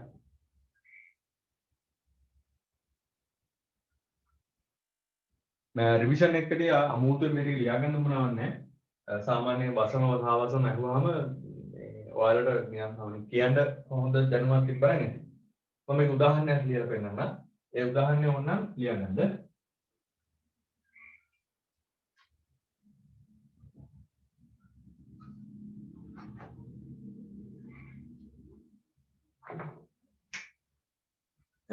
F කියලා ෆන්ක්ෂන් එකක් තියෙනවා. F කියලා ශිතයක් තියෙනවා. නැත්නම් සම්බන්ධතාවයක් තියෙනවා. කුලක දෙකක් අතර සම්බන්ධතාවයක් තියෙනවා. ඒක ශිතයක්. ඒකේ තියෙන්නේ ගණන සංඛ්‍යා තාත්වික සංඛ්‍යාත් එක්ක සම්බන්ධ වීමක්. හරිද? එතකොට මම ඒක ලියලා මෙහෙම. F වලින් අපි ගන්න x කියලා අවයවයක්. ඒක හැසිරෙන විදිහ ඊට පස්සේ තියෙනවා. ඒක හැසිරෙන්නේ x කියන අවයවය දෙකෙන් ගුණ වෙලා ඒකට 5ක් එකතු වෙලා තමා y කියලා අවයවයකට සම්බන්ධ වෙන්නේ. මේකේ x y කොහෙන්ද ගත්තේ කියලා ලියනවා. x ගත්තේ ගණන සංඛ්‍යා කුලකේ. y ආවේ y තියෙන්නේ අපේ තාත්වික සංඛ්‍යා කුලකේ. හරිද? මේ තියෙන්නේ ඒකේ ශිතේ සම්බන්ධතාවය. x කියන අවයවය මේ ශිතෙන් කරන දේ තමයි මොනවා හරි අවයවයක් ආවනම් ඒක දෙකෙන් වැඩි කරලා ඒකට 5ක් එකතු කරනවා කියන කතාව. දැන් මේ සම්බන්ධතාවය අනුව හරි මේ දීලා තියෙන තොරතුරු වලින් මට මෙන්න මේ දේවල් ලියන්න පුළුවන්. ශිතයේ ඩොමේන් එක නැත්නම් වසම මොකක්ද කියලා අහුවොත් එහෙම මේ ශිතයට පාවිච්චි කරන කුලකය ප්‍රධාන කුලකය තමයි ගණන සංඛ්‍යා කුලකය. ඒකට මේකේ වසම වෙන්නේ ගණන සංඛ්‍යා කුලකය. ඊට පස්සේ මේකෙන් අහුවොත් එහෙම මේ සහවසම මොකක්ද කියලා අහුවොත් එහෙම සහවසම ඔයාලට කුලක අංකණය තමයි දීලා තියෙන්නේ. ඉතින් කුලක අංකණයදී දීලා තියෙනවා මේ ශිතේ සම්බන්ධ වෙන අනිත් පැත්තේ කුලකයට තියෙන්නේ තාත්වික සංඛ්‍යාවක. ඒතකොට සහවසම වෙන්නේ තාත්වික සංඛ්‍යා කුලකය.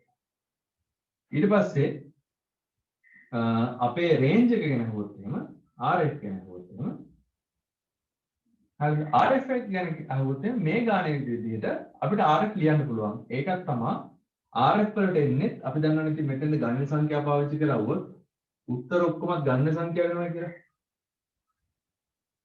උත්තර ඔක්කොම ගණන සංඛ්‍යා වෙනවා. ඒකෙදි විශේෂත්වය වෙන්නේ ගණන සංඛ්‍යාවලත් අපිට එන්නේ නැහැ අපිට එන්නේ නැති අවයව ටිකක් තියෙනවා. ඒක තමයි 1 2 3 4 5. හරිද? 1 2 3 4 5 අවයව නැතුව. ඒ කියන්නේ අපි මෙතන එක ගත්තා කියලා ගන්නොත් එක ගත්තොත් එහෙම එක දෙකෙන් වැඩි කරා ඒක පහෙන් වැඩි කරපු පහක් එකතු කරපුවාම කීයද මේ? 2යි 5යි 7යි. එතකොට ඇත්තටම 6 ගන්නත් බෑ කවදාවත්. අපිට එන උත්තර කුලකය අපිට ගණන සංඛ්‍යාව වලින් තමයි එන්නේ. හැබැයි මෙන්න මේ අවයව නැතුව. එක කවදාකවත් ගන්නත් බෑ මේ සම්බන්ධතාවයෙන්. උත්තරයක් විදිහට 2 3 4 5 6 මේ උත්තර එකක්වත් මේ වයිට ගන්න බෑ. මොකද උත්තර එන්නේ නැහැ මේ සම්බන්ධතාවයෙන් ගන්න බෑ. මෙතෙන්ට දාන්න පුළුවන් අවමාගය වෙන්නේ 1. ඒ එක දැම්මහමත් එක දෙකකින් වැඩි කරපුවාම 2යි 2කට 5ක එකතු කරාම 7යි. අපිට එන්න පුළුවන් අවම උත්තරේ 7යි. හරිද? ඊට පස්සේ වල ආයෙ එන්න බැරි ඉලක්කම් වෙන්නේ එතනින් පස්සේ දාන ඉලක්කම් වල මේ අපිට ඉරාක්කේ සංඛ්‍යා ලොත්තේ සංඛ්‍යා ටිකක් එන්න බෑ නේද? 7 ගන්න පුළුවන් 8 එන්නේ නැහැ. 9 එනවා. අන්න ඔය වගේ මෙන්න මේ විදිහට සාමාන්‍ය පරාසය ලියන්න පුළුවන්. හරි. ඊට පස්සේ කවුරු හරි ආවොත් එහෙම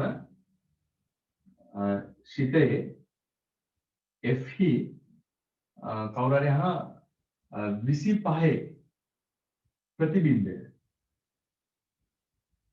25 ගන්න එන්නේ කොහොමද කියලා අහුවොත් එහෙම ඒක හදාගන්නේ මෙහෙමයි. ඉස්සෙල්ලාම දීලා තියෙන ශිතේ ලියා ගන්නවා 2x ධන y 2x ධන 5 ධන 5 සමානයි y x උත්තර කරගන්නවා x සමානයි y ඍණ 5 බෙදීම 2යි ඊට පස්සේ වෙලා මේකේ y ට මේ 25 ආදේශ කරනවා. ඒතර 25න් 5ක් අඩු කරලා ඒක දෙකට බෙදෙනවා. 25න් 5ක් අඩු කරපුවාම 20යි 20 දෙකට බෙදුවාම 10යි. ඒතර ප්‍රතිබිම්බය වෙන්නේ 10යි. ඒක තේරුම තමයි මෙන්න මේ ශිතයට F10 ගත්තා නම් F වල F කියන සම්බන්ධතාවයට 10 පාවිච්චි කරා නම් උත්තරේ විදිහට 25 එනවා. ඒතර 25 කියන එක්කෙනාගේ ප්‍රතිබිම්බය වෙන්නේ 10. හරි මේ සරල ශිත ගණනක් මේ සාමාන්‍ය 12 වසරේ පටන් ගන්නකොටම උගන්වලා මේ දවස් 3න් 4න් ඉවර වෙන කොටස. අවශ්‍ය කවුරු හරි ඉන්නවා නම් පුතේ මේ ටික ලියන්න.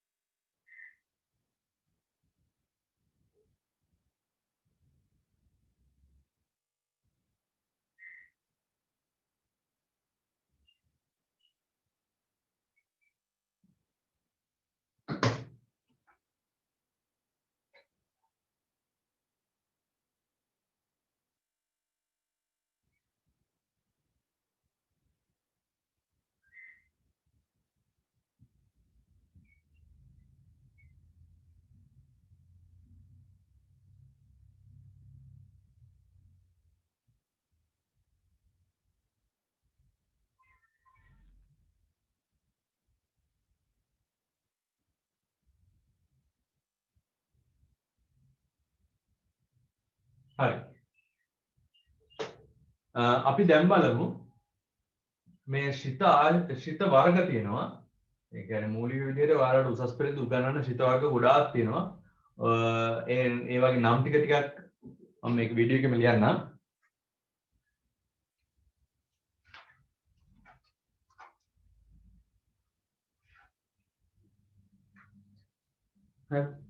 ශිත ගත්තාම ශිත වර්ග. ඒ කියන්නේ අර සම්බන්ධතාවල වර්ග තියෙනවා පුතේ. ඒ කියන්නේ උදාහරණයක් ගත්තොත් එහෙම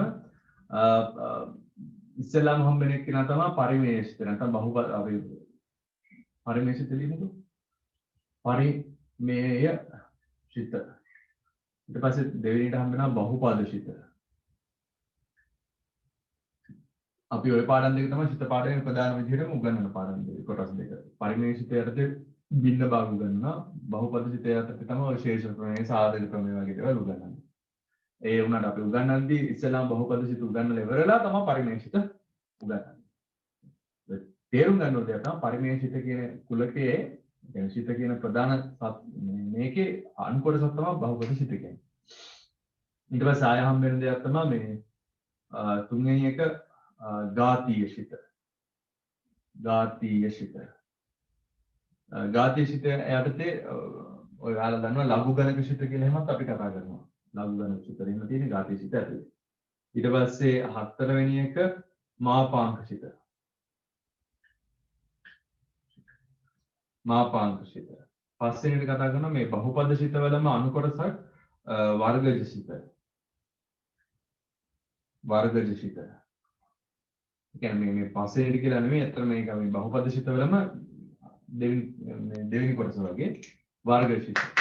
හරිද? ඊට පස්සේ තව ඕන තරම් ශිත ලියන්න පුළුවන්. මේ සරලම උසස් පෙළදී අපි කතා කරන ශිත කීපය තමයි ඔය ලියුවේ. හරි. මේ ශිත වලටම තමයි ත්‍රිකෝණමිතිය කියන පාඩමත්.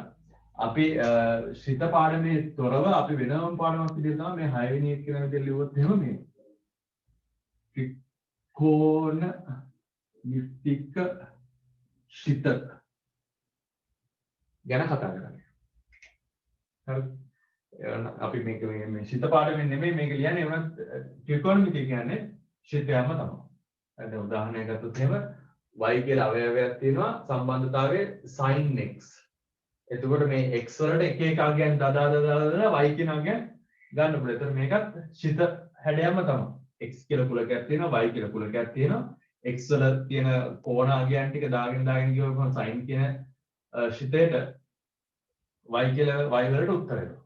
අපි කියනවා y ට පවතින්න පුළුවන් ඍණ එකක් ධන එකක් අතර අනම්මනම් කියලා මෙයාගේ ඒ කියන්නේ මේ y කියන කුලකේ පරාසය ගැන හිතන්න rf ගැන හිතන්න අපි සාමාන්‍යයෙන් ත්‍රිකෝණමිතිය උගන්වනකොට ත්‍රිකෝණමිතිය ප්‍රස්ථාර ත්‍රිකෝණමිතිය සාධාරණ විසඳුම් එහෙම කතා කරනකොට කියනවා. පොදුවේ ඔයාලට මේ ඔය ඉස්සෙල්ලාම කතා කරපු වසම සහ වසම වගේ දේවල් මේ සබ්ජෙක්ට් එකේ කෙලින්ම අහන්නේ නැහැ. වසම ලියන්න සහ වසම ලියන්න අරක ලියන්න මේක ලියන්න කියලා. ඒ වුණාට ගානක බලාපොරොත්තු වෙනවා. ගානක බලාපොරොත්තු වෙනවා කියන්නේ දැන් උදාහරණයක් ගත්තොත් දැන් පස්සේ උගන්වනවා ගණිතඥ මූල ධර්ම කියලා. ඔයාලා දන්නාත් ඇති ගණිතඥ මූල ධර්ම එහෙම ලියනකොට ඔයාලා දන්නවා මේ p කියලා අවයවයක් ගන්නවා. නැත්නම් p අවස්ථාවක් ගන්නවා. ඒතර p අවස්ථාවේදී p කියන ගත්ත එක්කෙනා අපි අර්ථ දැක්වීමක් කරනවා. p කියන්නේ නිකිල සංඛ්‍යා කුලකෙන්. කියන්නේ අනිවාර්යෙන් ඒක ගන්න ඕනේ p කියන එක්කෙනා නිකිල වලින් ගන්න ඕනේ. ඔය වගේ.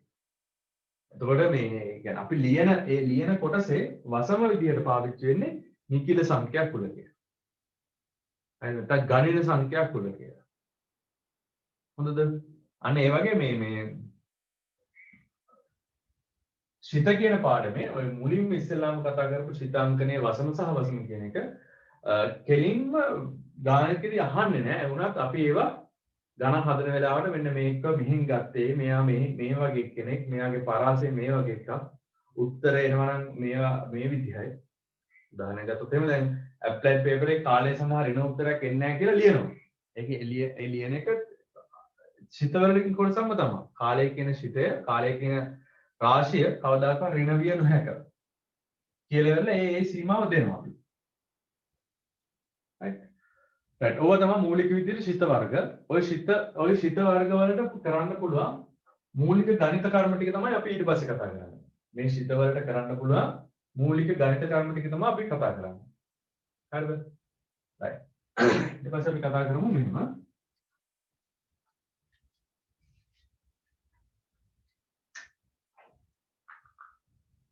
ශිත ආශ්‍රිත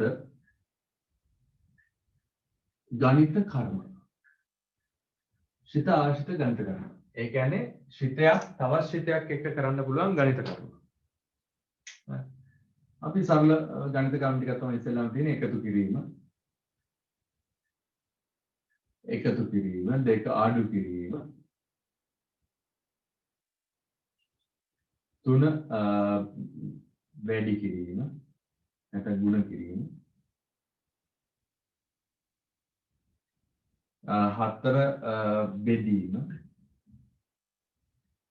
තව ගණිත කර්මයක් තියෙනවා. ගණිත කර්මයක් නෙමෙයි, මේක යෙදීමක්. ශිතයක ශිතය. ඊට පස්සේ තව ගණිත කර්මයක් තියෙනවා 6 සීමාව, 7 අවකලනය කරන්න පුළුවන්. ඊට පස්සේ ආය ශිතයකට කරන්න පුළුවන් දේ තමයි අනුකලනය කරන්න පුළුවන්.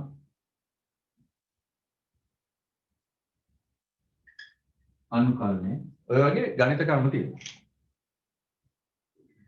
මේකෙදිත් මේ අවකලනය කියන එක්කෙනයි අනුකලනය කියන එක්කෙනා සීමාව කියන කට්ටිය ඒ පාඩම් වලදී තමයි කතා කරන්නේ. ශිත පාඩම තමයි කියන්නේ පියෝ පේපර් එක ගත්තාම ශිත පාඩමෙන් තමයි 80ක් විතරම තියෙනවා. 70ක් විතරම තියෙනවා. ඊට පස්සේ විශේෂ පාඩම් විදිහට තමයි ඒ කියන්නේ මේ ගණිත ප්‍රමේය, දීපද ප්‍රමේය, ඒ කියන්නේ දීපද ප්‍රමේය කියන්නේ ඇත්තටම මේ ශිත පාඩම කොටස තමයි. ඊට පස්සේ ශ්‍රේණි කියන්නේ ඒත් අර විශේෂ යෙදීම සංඛ්‍යා රටාවල විශේෂ යෙදීම සරල ශ්‍රේණි. ඊට පස්සේ සංකලන සංයෝජන කියලා පාඩමක් තියෙනවා. ඒවා ඒ පාඩම් කිහිපයක් විතරයි මේ ශිත පාඩමට අයති නැති. ශිත ගණිත කර්ම වලට පාවිච්චි වෙන්නේ නැති කොටස් ඉලක්ක තියෙන්නේ. නැත්නම් අනිත් ගණන් සේරම වගේ අනිත් සියලුම මූලධර්ම මේ ශිත පාඩමත් එක්ක බැඳිලා තමයි මුළු ශුද්ධ ගණිතය කියන කොටසම හැදිලා තියෙන්නේ. right applied වගේ තමයි applied වලත් ගොඩාක් තියෙන යාන්ත්‍ර විද්‍යාව කියන කොටස. ඊට පස්සේ සංඛ්‍යානේ සම්භාවිතය. යාන්ත්‍ර විද්‍යාවයි සංඛ්‍යානේ සම්භාවිතය පුළුවන් නම් අප්ලයිඩ් පුළුවන්. මේකෙත් ශිත පාඩමයි.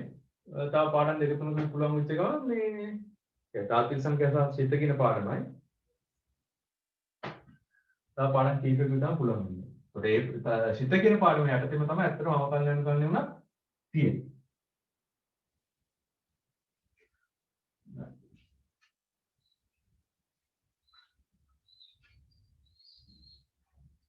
දැන් කතා කරමු පොඩි කාරණාවක් ශිත හැසිරීම. ගණිත කර්ම ටික අපි වෙන වෙනම කතා කරන එකතු කිරීම අඩු කිරීම. ඊට කලින් අපි ශිතයක් කොහොමද හැසිරෙන්නේ කියන එක පොඩ්ඩක් කතා කරමු. ශිත හැසිරීම ගත්තොත් එහෙම දැන් අපි කිව්වොත් එහෙම fx කියලා සම්බන්ධතාවයක් දෙනවා 2x වර්ගය ඍණ 3x ධන 5 සමානයි y කියලා. හරි. y කියලා නැත්නම් අපි y නොදීමුකෝ. මේ ශිතයක් තියෙනවා. ඒ ශිතේ සම්බන්ධතාවය ඒ කියන්නේ ශිතේ අර්ථ දක්වලා තියෙන ඒ සම්බන්ධතාවය අර්ථ දක්වලා තියෙන මොන හරි x කියලා අවයවයක් ආවොත් හරි x කියලා අවයවයක් ආවොත් ශිතය ඇතුළට ඒක එකක් වර්ග කරලා දෙකෙන් වැඩි කරනවා. ආය ඒ උත්තරෙන් 3න් වැඩි අගය 3න් වැඩි කරලා ඒක අඩු කරනවා. ආය අන්තිම උත්තරේට 5ක් එකතු කරනවා. අන්න ඒක තමයි මේක තේරුම. එතකොට මේ x කියන එක්කෙනාට ගන්න පුළුවන්. x කියන එක්කෙනාට ගන්න පුළුවන් පරාසය. හරි x කියන එක්කෙනාට ගන්න පුළුවන් පරාසය තමයි අපි කියන්නේ වසම කියලා. හරිද? දැන් තාත්වික සංඛ්‍යා කියලා ගත්තොත් එහෙම ඔකට ගන්න පුළුවන් කෝණ බව. රේඩියන් 20. රේඩියන් 5. හරිද? ඔය වගේ ඉලක්කම් පව ගන්න පුළුවන්. ඒ කියන්නේ තාත්වික සංඛ්‍යාවනේ. ඊට පස්සේ ඔය වගේ කැමති ඉලක්කමක් ගන්න පුළුවන්. අපි මම මේක දැම්මොත් එහෙම df කියන්නේ මේකේ තාත්වික සංඛ්‍යා කියලා. එතකොට මේ x වලට කැමති ඉලක්කම් ගන්න පුළුවන්. උදාහරණයක් ගත්තොත් එහෙම x සමානයි x සමානයි 5 කියලා ගත්තොත් එහෙම f වලට 5 කියලා එක්කෙනෙක් වැටෙනවා. එතකොට මොකද වෙන්නේ? මේකට වැටුණ ගමන් මේ සම්බන්ධතාවයේ තියෙන ක්‍රියාවලිය තමයි මේ සම්බන්ධතාවයේ තියෙන ක්‍රියාවලිය තමයි වැටෙන එක්කෙනා වර්ග කරා. ඒක දෙකෙන් වැඩි කරා. ඊට පස්සේ වෙලා වැටෙච්ච එක්කෙනාව 3ෙන් වැඩි කරලා මෙයාගෙන් අඩු කරා. ඒකල අගට 5ක් එකතු කරා. කවුද වැටෙන්නේ කියන කවුලක් නැහැ. අපි ගත්තා කියලා තොන්ට x වලට sin θ කියලා. එතකොට f වලට sin θ කියලා වැටෙනවා. එතකොට මොකද වෙන්නේ? මෙතෙන්ද කවුද වැටෙන්නේ? වැටෙන එක්කෙනා වර්ග කරා. ඒ කියන්නේ sin θ ගේ වර්ගය ඒක දෙකලා දෙකෙන් වැඩි කරා. ඒකල 3 වතාවක් sin θ එකතු කිරීම 5. හරිද? දැන් අපි හිතමු x ට වැටෙනවා තාර්කික සංඛ්‍යානේ. තාර්කික සංඛ්‍යාව විදිහට තව එකක් අපි මේකක් ගමු. ඔයාලට වැටෙනවා et වල වර්ගය. et වල වර්ගය වැටුනොත් එහෙම f වලට වැටෙන්නේ et වල වර්ගය. එතකොට මොකද වෙන්නේ? et වල වර්ගයේ වර්ගය දෙකෙන් වැඩි කරා 3 වතාවක් et වල වර්ගය ගත්තා. ඒකල 5ක් එකතු කරා. හරි. සිද්ධියක් හැසිරෙන්නේ ඔන්න ඔය විදිහයි. ඒකට වැටෙන අගයන් අනුව අපිට මෙන්න මේ විදිහට අපිට ලියන්න පුළුවන්. ඉස්සෙල්ලාම සිතේ මූලික අර්ථ දැක්වීම දීලා අපිට Tamanට කැමති අගයන් මේ විදිහට දාලා උත්තර ගන්න පුළුවන්.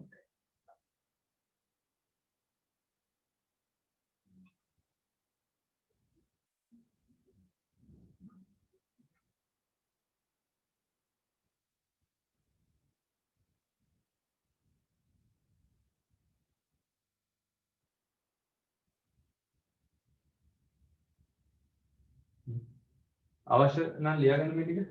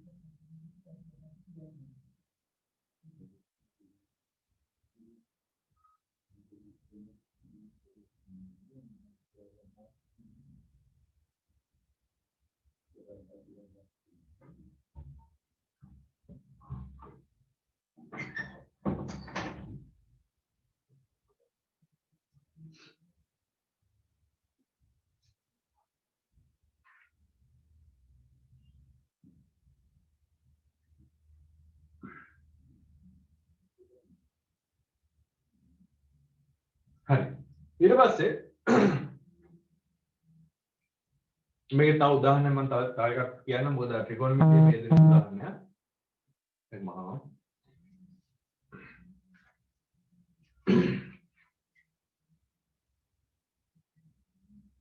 දැන් ඔයාලා දන්න දෙයක් තමයි මේ අපි f θ කියලා ගමු. f θ සමානයි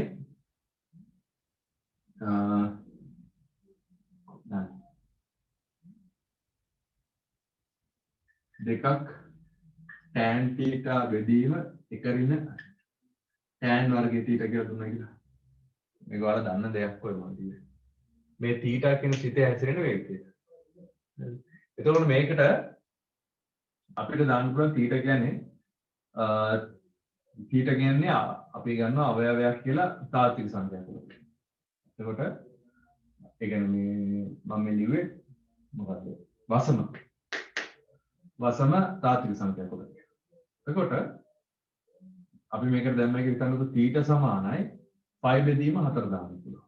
එතකොට f 5 බෙදීම 4 කියන්නේ දෙවතාවක් tan 5 බෙදීම 4 බෙදීම එක ඍණ tan වර්ගය 5 බෙදීම 4 ඔය විදිහට ගන්න. විතර ඕන්නම් මෙතනින් පස්සේ මේ tan වලට 5 බෙදීම 4 උත්තර තියෙන හින්දා සුළු කිරීමක් කරන්න පුළුවන්. ඒ කියන්නේ දෙවතාවක් එක ඍණ 1 දෙක බෙදීම 0යි. අර්ථ දැක්කේ නැහැ. හරිද? ඊට පස්සේ ඔන්න θ කියන්නේ θ සමානයි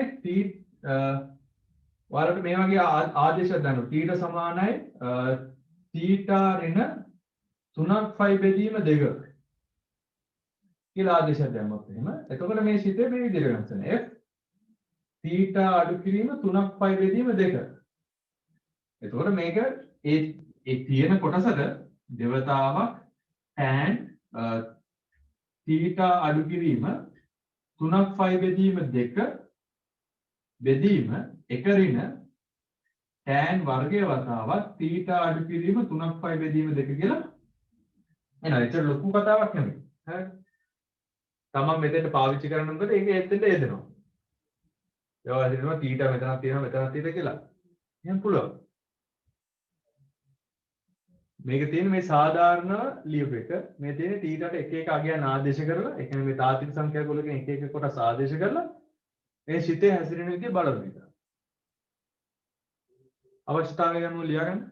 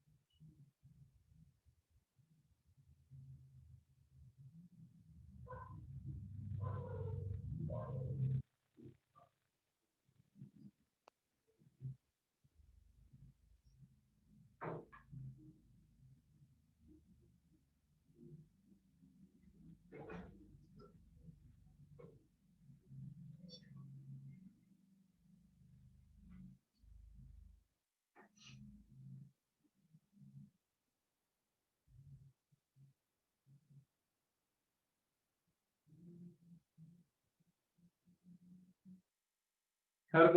right. ඔය තමයි සිතයක් හැසිරෙන විදිහ. දැන් අපි ගණිත කර්ම ටික කතා කරමු. සිත දෙකක් අඩු කිරීම හා එකතු කිරීම හා අඩු කිරීම. පළවෙනි එක සිත එකතු කිරීම හා අඩු කිරීම. සරල කතාවක්. අපි ගමු fx කියලා සිතයක් තියෙනවා x ධන 3යි කියලා. gx කියලා සිතයක් තියෙනවා x වර්ගය ධන 5x ඍණ 2 කියලා. නැත්නම් අපි තව එකකට දෙහි කරමු. x 2x ඍණ 5 කියලා. හරිද? ඔයාලට කියනවා සිත දෙක එකතු කිරීම අඩු කිරීමනේ. දැන් මම කියන මේ විදිහට. f 2x එකතු කිරීම g 4x. මෙන්න මේ සුළු කිරීම කරන්න කියලා. එතකොට මේ f කියන සිතේට 2x කියලා එකෙන් තමයි දාලා තියෙන්නේ. එතකොට මේ x කියලා තිබ්බොත් හැසිරෙන්නේ මේ විදිහට. 2x තිබ්බොත් කොහොමද හැසිරෙන්නේ? 2x තිබ්බොත් එහෙම 2x ධන 3 කියලා හැසිරෙන්නේ. g වල ගත්තොත් එහෙම x කියලා තිබ්බොත් 2x ඍණ 5 තියෙන්නේ. එතකොට ඒක 4x දැම්මොත් එහෙම එකතු කිරීම දෙවතාවක් 4x ඍණ 5 කියලාම එන්නේ. හරිද? මේක මම ඉදිරිය ලියන්න. ඒක පැහැදිලි වෙයි.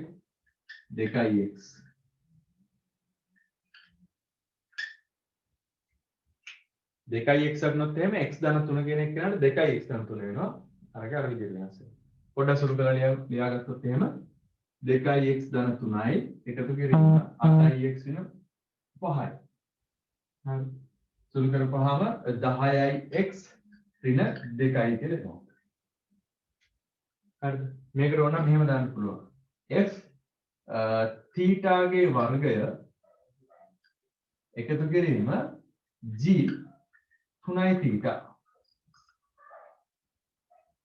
ඔය විදිහට. එතකොට එහෙම වුණාම θ ගේ වර්ගය එකතු කිරීම 3 එකතු කිරීම 3යි තීටාගේ දෙගුණය අඩු කිරීම 5 කියලා සුළු කරලා ලියලා ඔබ සුළු කරලා පෙන්වන්න පුළුවන්. තීටා වර්ගය එකතු කිරීම 6යි තීටා. මෙතන 3යි අතන 2යි.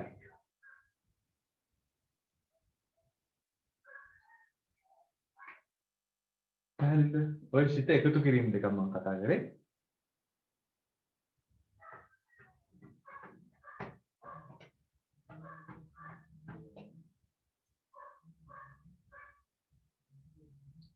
අපි බලමු අඩු කිරීම දෙක.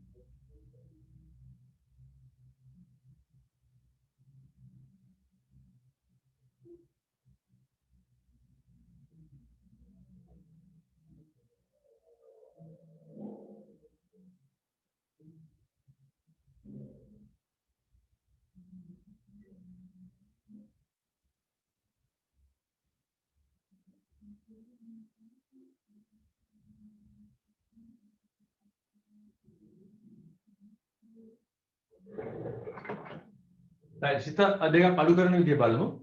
එතකොට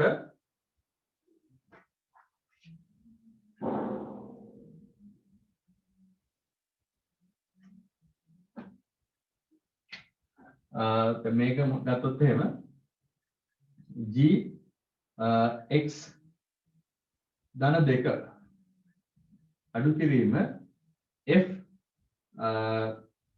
3 ඍණ x.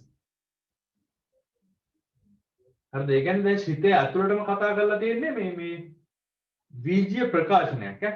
එතකොට දැන් බලමු gx කියන එක නේ හිතේ දෙන්නේ 2x න 5 නම් g වලට මෙහෙම එක්කෙනෙක් වටනොත් එහෙම දෙවතාව වැටිච් එක්කෙන x ධන 2 ඍණ 5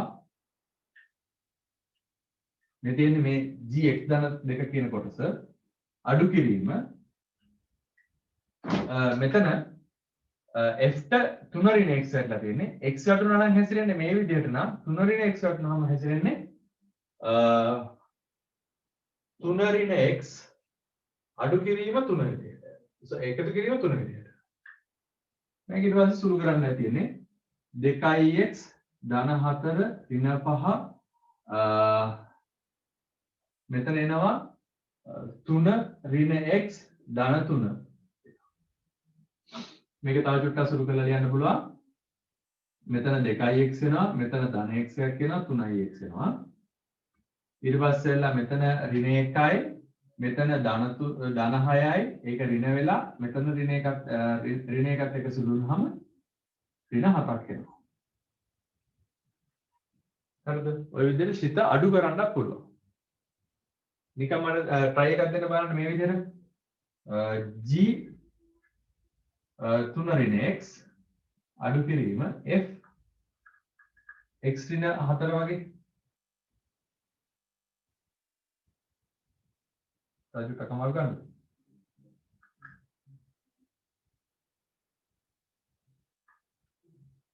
ඔන්න ඔය ගන්න g 3 ඍණ x අඩු කිරීම f 2x ඍණ 4 සිත දෙක අඩු කිරීම.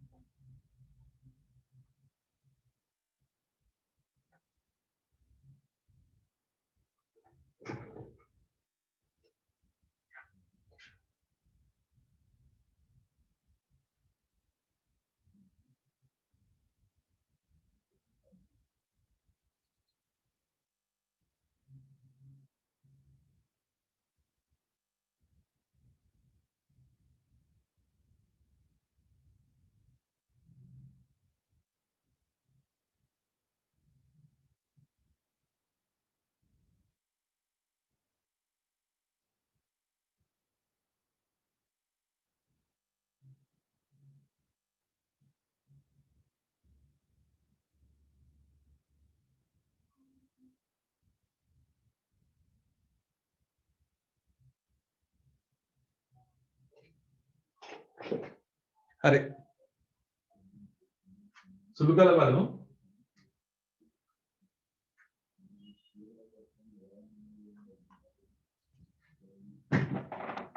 G 3 රින් x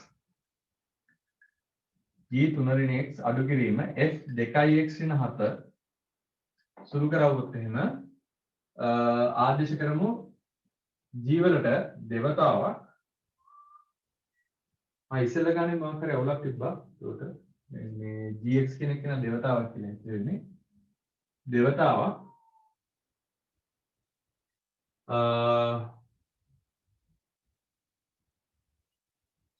තුනරින් x අඩු කිරීම 5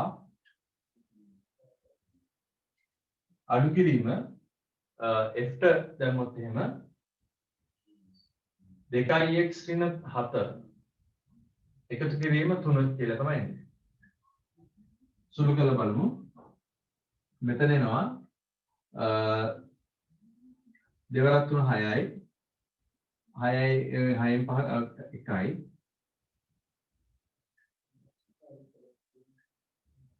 අඩු කිරීම මෙතන සුළු කරපුවාම 2x ඍණ 4 ඊට පස්සේ මේක තව චුට්ටක් සුළු කරත හැකි තව චුට්ටක් සුළු කරපුවාම වෙනවා මෙතන 1යි මෙතන ධන 4යි ඊට 5යි මෙතන ඍණ 2යි මෙතන ඍණ 2යි එකතු කරපුවාම ඍණ 4යි ඔය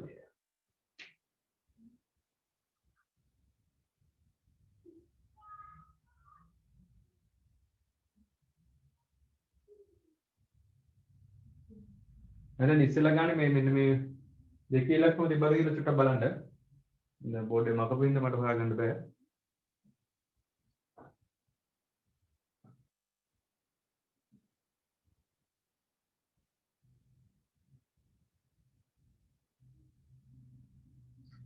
ඔය විදිහට සිත එකතු කරන්න පුළුවන්. ඒ වගේම අඩු කරන්නත් පුළුවන්.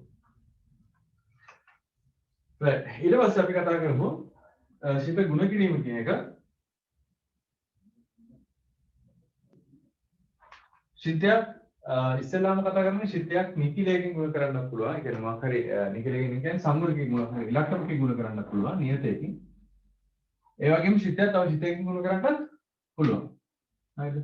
දෙවෙනි එක සිත ගුණ කිරීම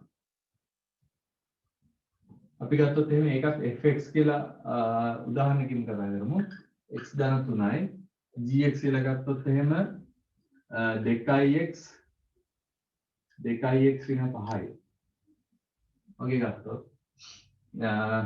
පළවෙනි උදාහරණය 3යි fx ලියන්න කිව්වොත් එහෙම ඒක ලියන්න පුළුවන් 3 වතාවක් x දැම්මොත් එහෙම x ධන 3 විදිහට හැසිරෙන්නේ ඔය විදිහට 3න් වැඩි කරනවා 3යි x ධන 9 සරල අපි දැම්මොත් එහෙම භාගය gx කියලා දැම්මොත් එහෙම භාගය වතාවක් gx කියන එක ආදේශ කරනවා 2x ඍණ 5 එතකොට ඔක සුළු කරලා වුණා ලියන්න පුළුවන් x ඍණ 5 බෙදීම 2යි කියලා.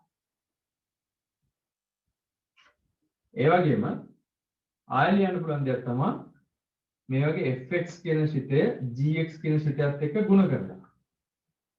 ඒත් x නම් ඉන්නේ මේක මේ විදිහටම යෙදෙන්නේ x ධන 3 වතාවක් 2x ඍණ 5. ඔක සුළු කරලා ලියමු. එහෙම ලියුවාම සාමාන්‍ය අර මේ පොඩි කාලේ බීජය සුළු කිරීමක් වගේම තමයි. එතකොට එනවා 2x වර්ගය ඍණ 5x ධන 6x එහෙනම් ධන x ඉලක්කම් දෙක වැඩි කරපුවාම ඍණ 15යි.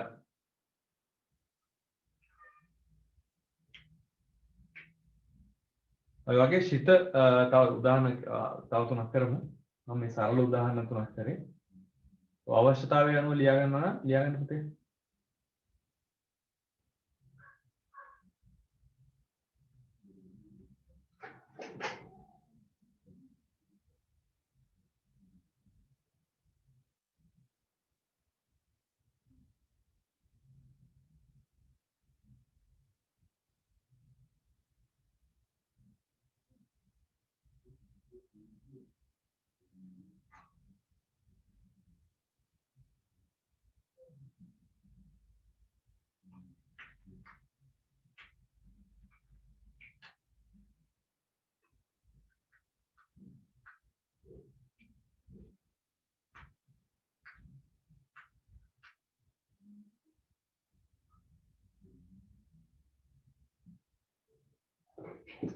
right. ඊට පස්සේ තව උදාහරණ කීපයක් කරමු. ඕකේ તો x කියලාම දෙන්නේ නැතුව ඕනනම් තීටා ඊට පස්සේ පයි බෙදීම 2 රින තීටා වගේ ඔය වගේ ආදේශ පවක් එන්න පුළුවන් ඈ. උදාහරණයක් ඔයාලට තිබ්බොත් එහෙම 3යි f තීටා වතාවක් 2ක් g 2යි තීටා ඔය වගේ තිබ්බොත් එහෙම එතකොට ඒක 3ෙන් වැඩි කරලා එක පළවෙනි එක කියලා නේද 3 වතාවක් θ ධන 3 වැඩි කිරීම 2 වතාවක් දෙවතාවක් 2යි θ ඍණ 5 ඔය විදිහට සුළු කරලා ලියන්න පුළුවන්.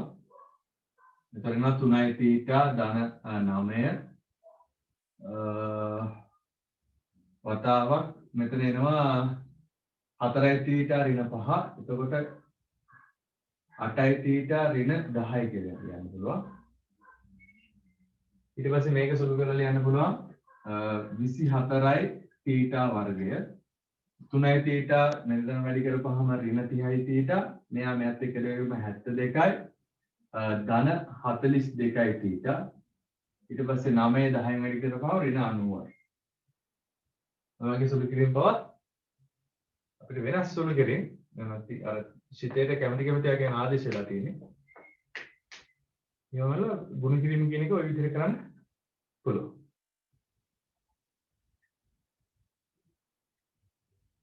මේ උදාහරණ 4. මම හිතන්නේ ගුණ කිරීමට උදාහරණ නැති.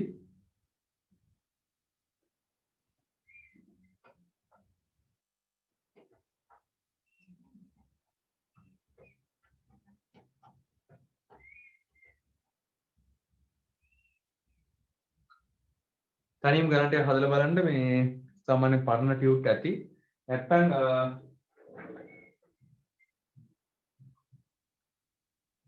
ටියුට් හම්බුනේ නැත්නම් රිවිෂන් ටියුට් කියලා වෙනවම දෙන්නේ නැහැ. 2022 නංගින මල්ලට දීපු ටියුට් එකක් වුණා. අරගෙන පාවිච්චි කරන්න. ඒතකොට ඒ වගේ වුණත් මේ ගණන් තමයි තියෙන්නේ.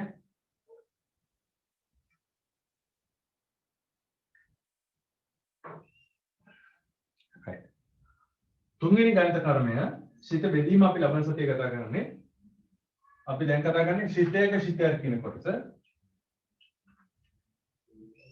අපි ශිතයක ශිතයක් කතා කරනවා ඊට පස්සේ ශිත බෙදීම කියන එක ගැන කතා කරනවා. ඉතින් ඇත්තටම මේ ශිත කියන ප්‍රධාන පාඩමේ මේ මුල් කොටස ඉවර වෙනවා. අපි ඉතින් ටික අපි ලබන සතියේ තමයි කතා කරන්නේ. දැන් කතා කරන්නේ තුන්වෙනි ගණිත කර්ම විදිහට ශිතයක ශිතයක්. තම උදාහරණයක් ලියන්න. fx කියලා තිබ්බොත් එහෙම x ධන 3යි කියලා gx කියලා තිබ්බොත් එහෙම 2x ධන 2x ඍණ 5 නේ 2x ඍණ 5 කියලා ඔයාලට කිව්වොත් එහෙම fx කියන ශිතය වෙනුවට f කියන ශිතයට අපිට පාවිච්චි කරන්න කියලා gx කියන ශිතය. ඒ කියන්නේ මේ ශිතයක් ඇතුළට තව ශිතයක් දාලා. හරි ශිතයක් ඇතුළට තව ශිතයක් දාලා. එතකොට මතක තියාගන්න ඕනේ මෙච්චරයි.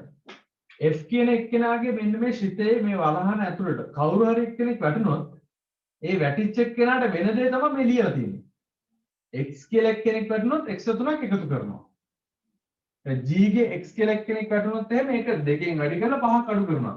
ඒක විස්තර කරලා තමයි මේ තියෙන්නේ. x ට මොකද වෙන්නේ?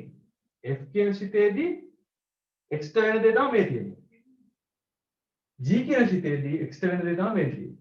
ඒතකොට එහෙනම් f කියන ශිතයට gx කියලා වෙලා යුනිට් එකක් වටනොත් එහෙම වෙන්න දේ එයාට තුනක් එකතු වෙනවා. කවුද වැටෙන්නේ? තුනක් එකතු වෙනවා. එතකොට මේකද වෙන්නේ gx කියන වැටිච්ච එක්කෙනාට තුනක් එකතු වෙනවා. gx කියන්නේ අරයා හින්දා මට ආපහු ඒක ලියන්න පුළුවන් 2x ඍණ 5 කියලා. ඒකට 3ක් එකතු කරනවා. සුළු කරපුවාම 2x ඍණ 2යි.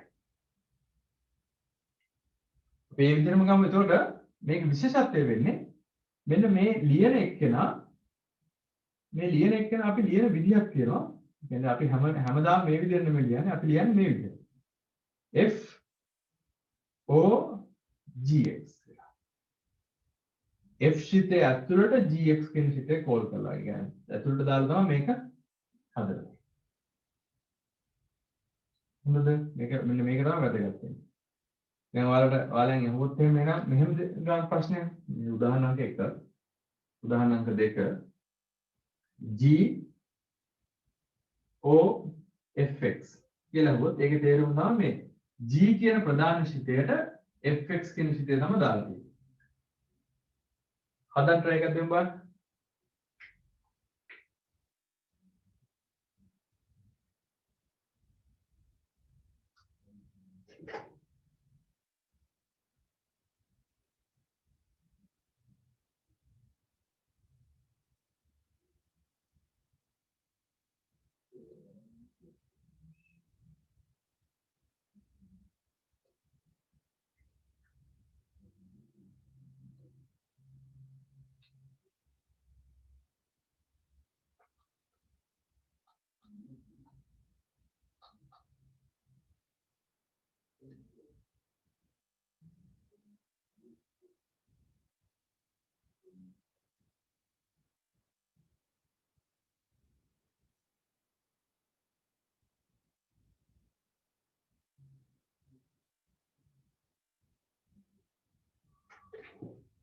හරි.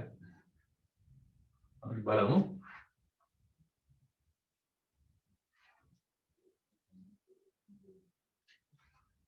හරි. ඔයාලට GOFX දුන්නා නම් ඒක තේරුම G කියන ශිතය ඇතුළට FX කියන ශිතය දාන්න කියන එක. එතකොට ඒක ලියන්න පුළුවන් මට G කියන ශිතයට කවුරු හරි වැටුනොත් එහෙම ඒක දෙවතාවක් වැටිච්ච එක්කෙනා FX ඍණ 5. එතකොට fx කියලා කියන්නේ x වැටුණා නම් මට ලියන්න පුළුවන් මේක දෙවතාවක් x ධන 3 ඍණ 5 කියලා. සුළු කරලා ලියන්න පුළුවන් 2x ඍණ 6 ඍණ 1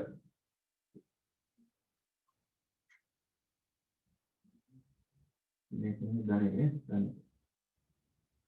ධනෙ කියලා. හරි. ඔය විදිහේ සුළු කිරීමක් ගන්න පුළුවන්. තව උදාහරණයක් කරමු. මේ දෙවෙනි උදාහරණය.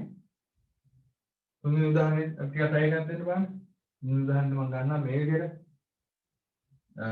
f o f 2යි theta. කියන්නේ ශිතයට ඒ ශිතේම අපව කතා කරලා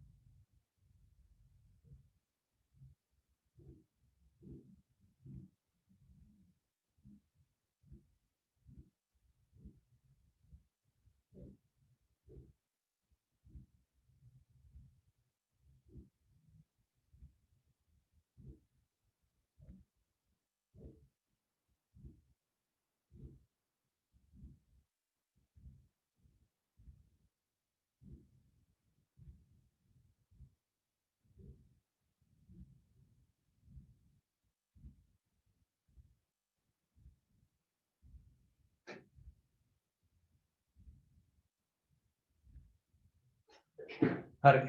මේකෙදි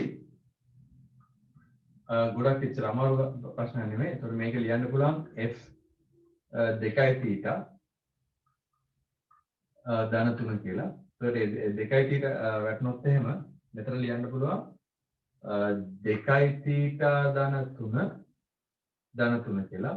සුළු කරපුවාම 2 θ ධන 6 කියලා සුළු කිරීම ලියන්නේ. පොඩි ගණිත දෙයක් ගණන් කරන. right. චූටි දෙයක් කියලා දෙන්නම්.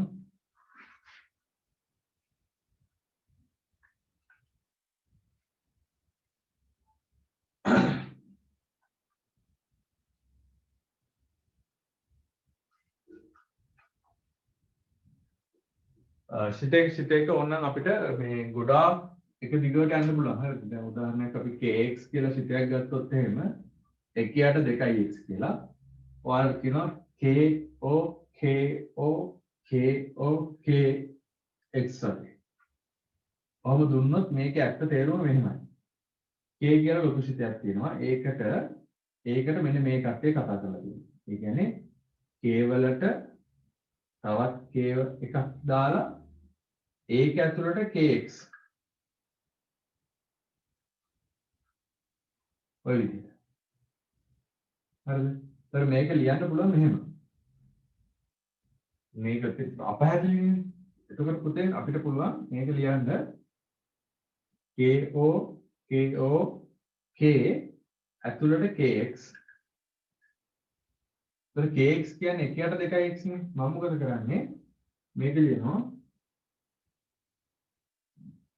k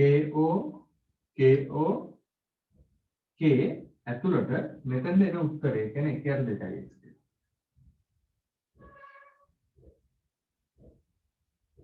හරිද?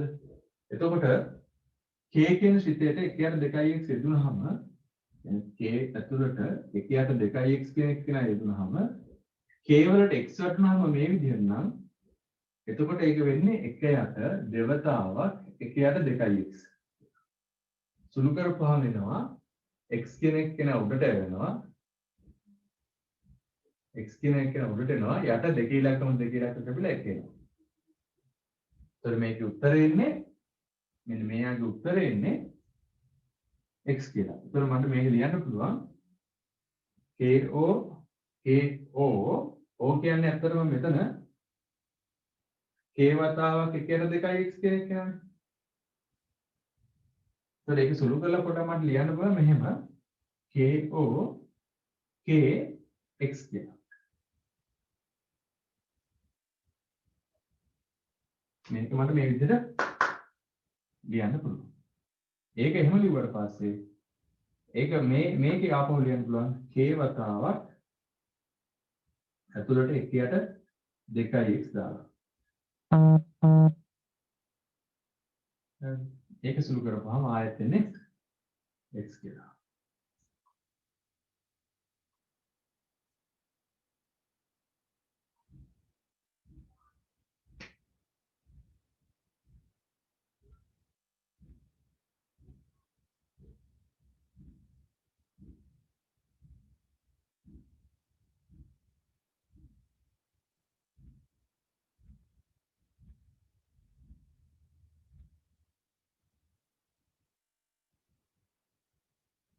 හරි. ඔය වගේ අර මේ ඔය විදිහට ඇදි උනත් ගණන් අහන්න පුළුවන්.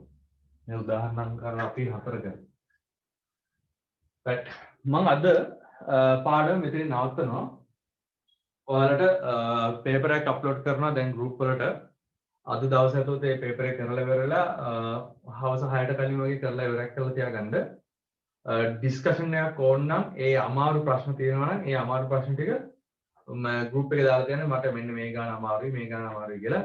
එතකොට මොකද කරන්නේ? ඒකේ ගණන් ටික අපි හදලා පැය 3කින් ඇතුළත ඩිස්කස් කරන්න පුළුවන් ගණන් ටික අපි හදලා බලනවා කොහොමද අපිට එන ලකුණු ප්‍රමාණය ඒ දේවල්. හරිද? පළවෙනි පේපරේ ඉඳලා ගොඩාක් අමාරු පේපරයක් දෙන්නේ නැහැ. right. එහෙනම් ඔයාලටම සුබ දවසක්. අපි ලබන සතියේ බදාදා හම්බ වෙන්නේ ශිත බෙදීම කියන පාඩම යටතේ බෙදී ශිතයක් තව සිතයකින් බෙදෙන ආකාර 3. බෙදී දීර්ඝ බෙදීම, බෙදීම ඇල්ගොරිතම් හා check and set කියලා. ඊට අමතරව වෙලාව තියෙන විදිහට ශේෂ්ඨ ප්‍රමේය සාධක ක්‍රමයක් කතා කරන්න බලාපොරොත්තු වෙනවා.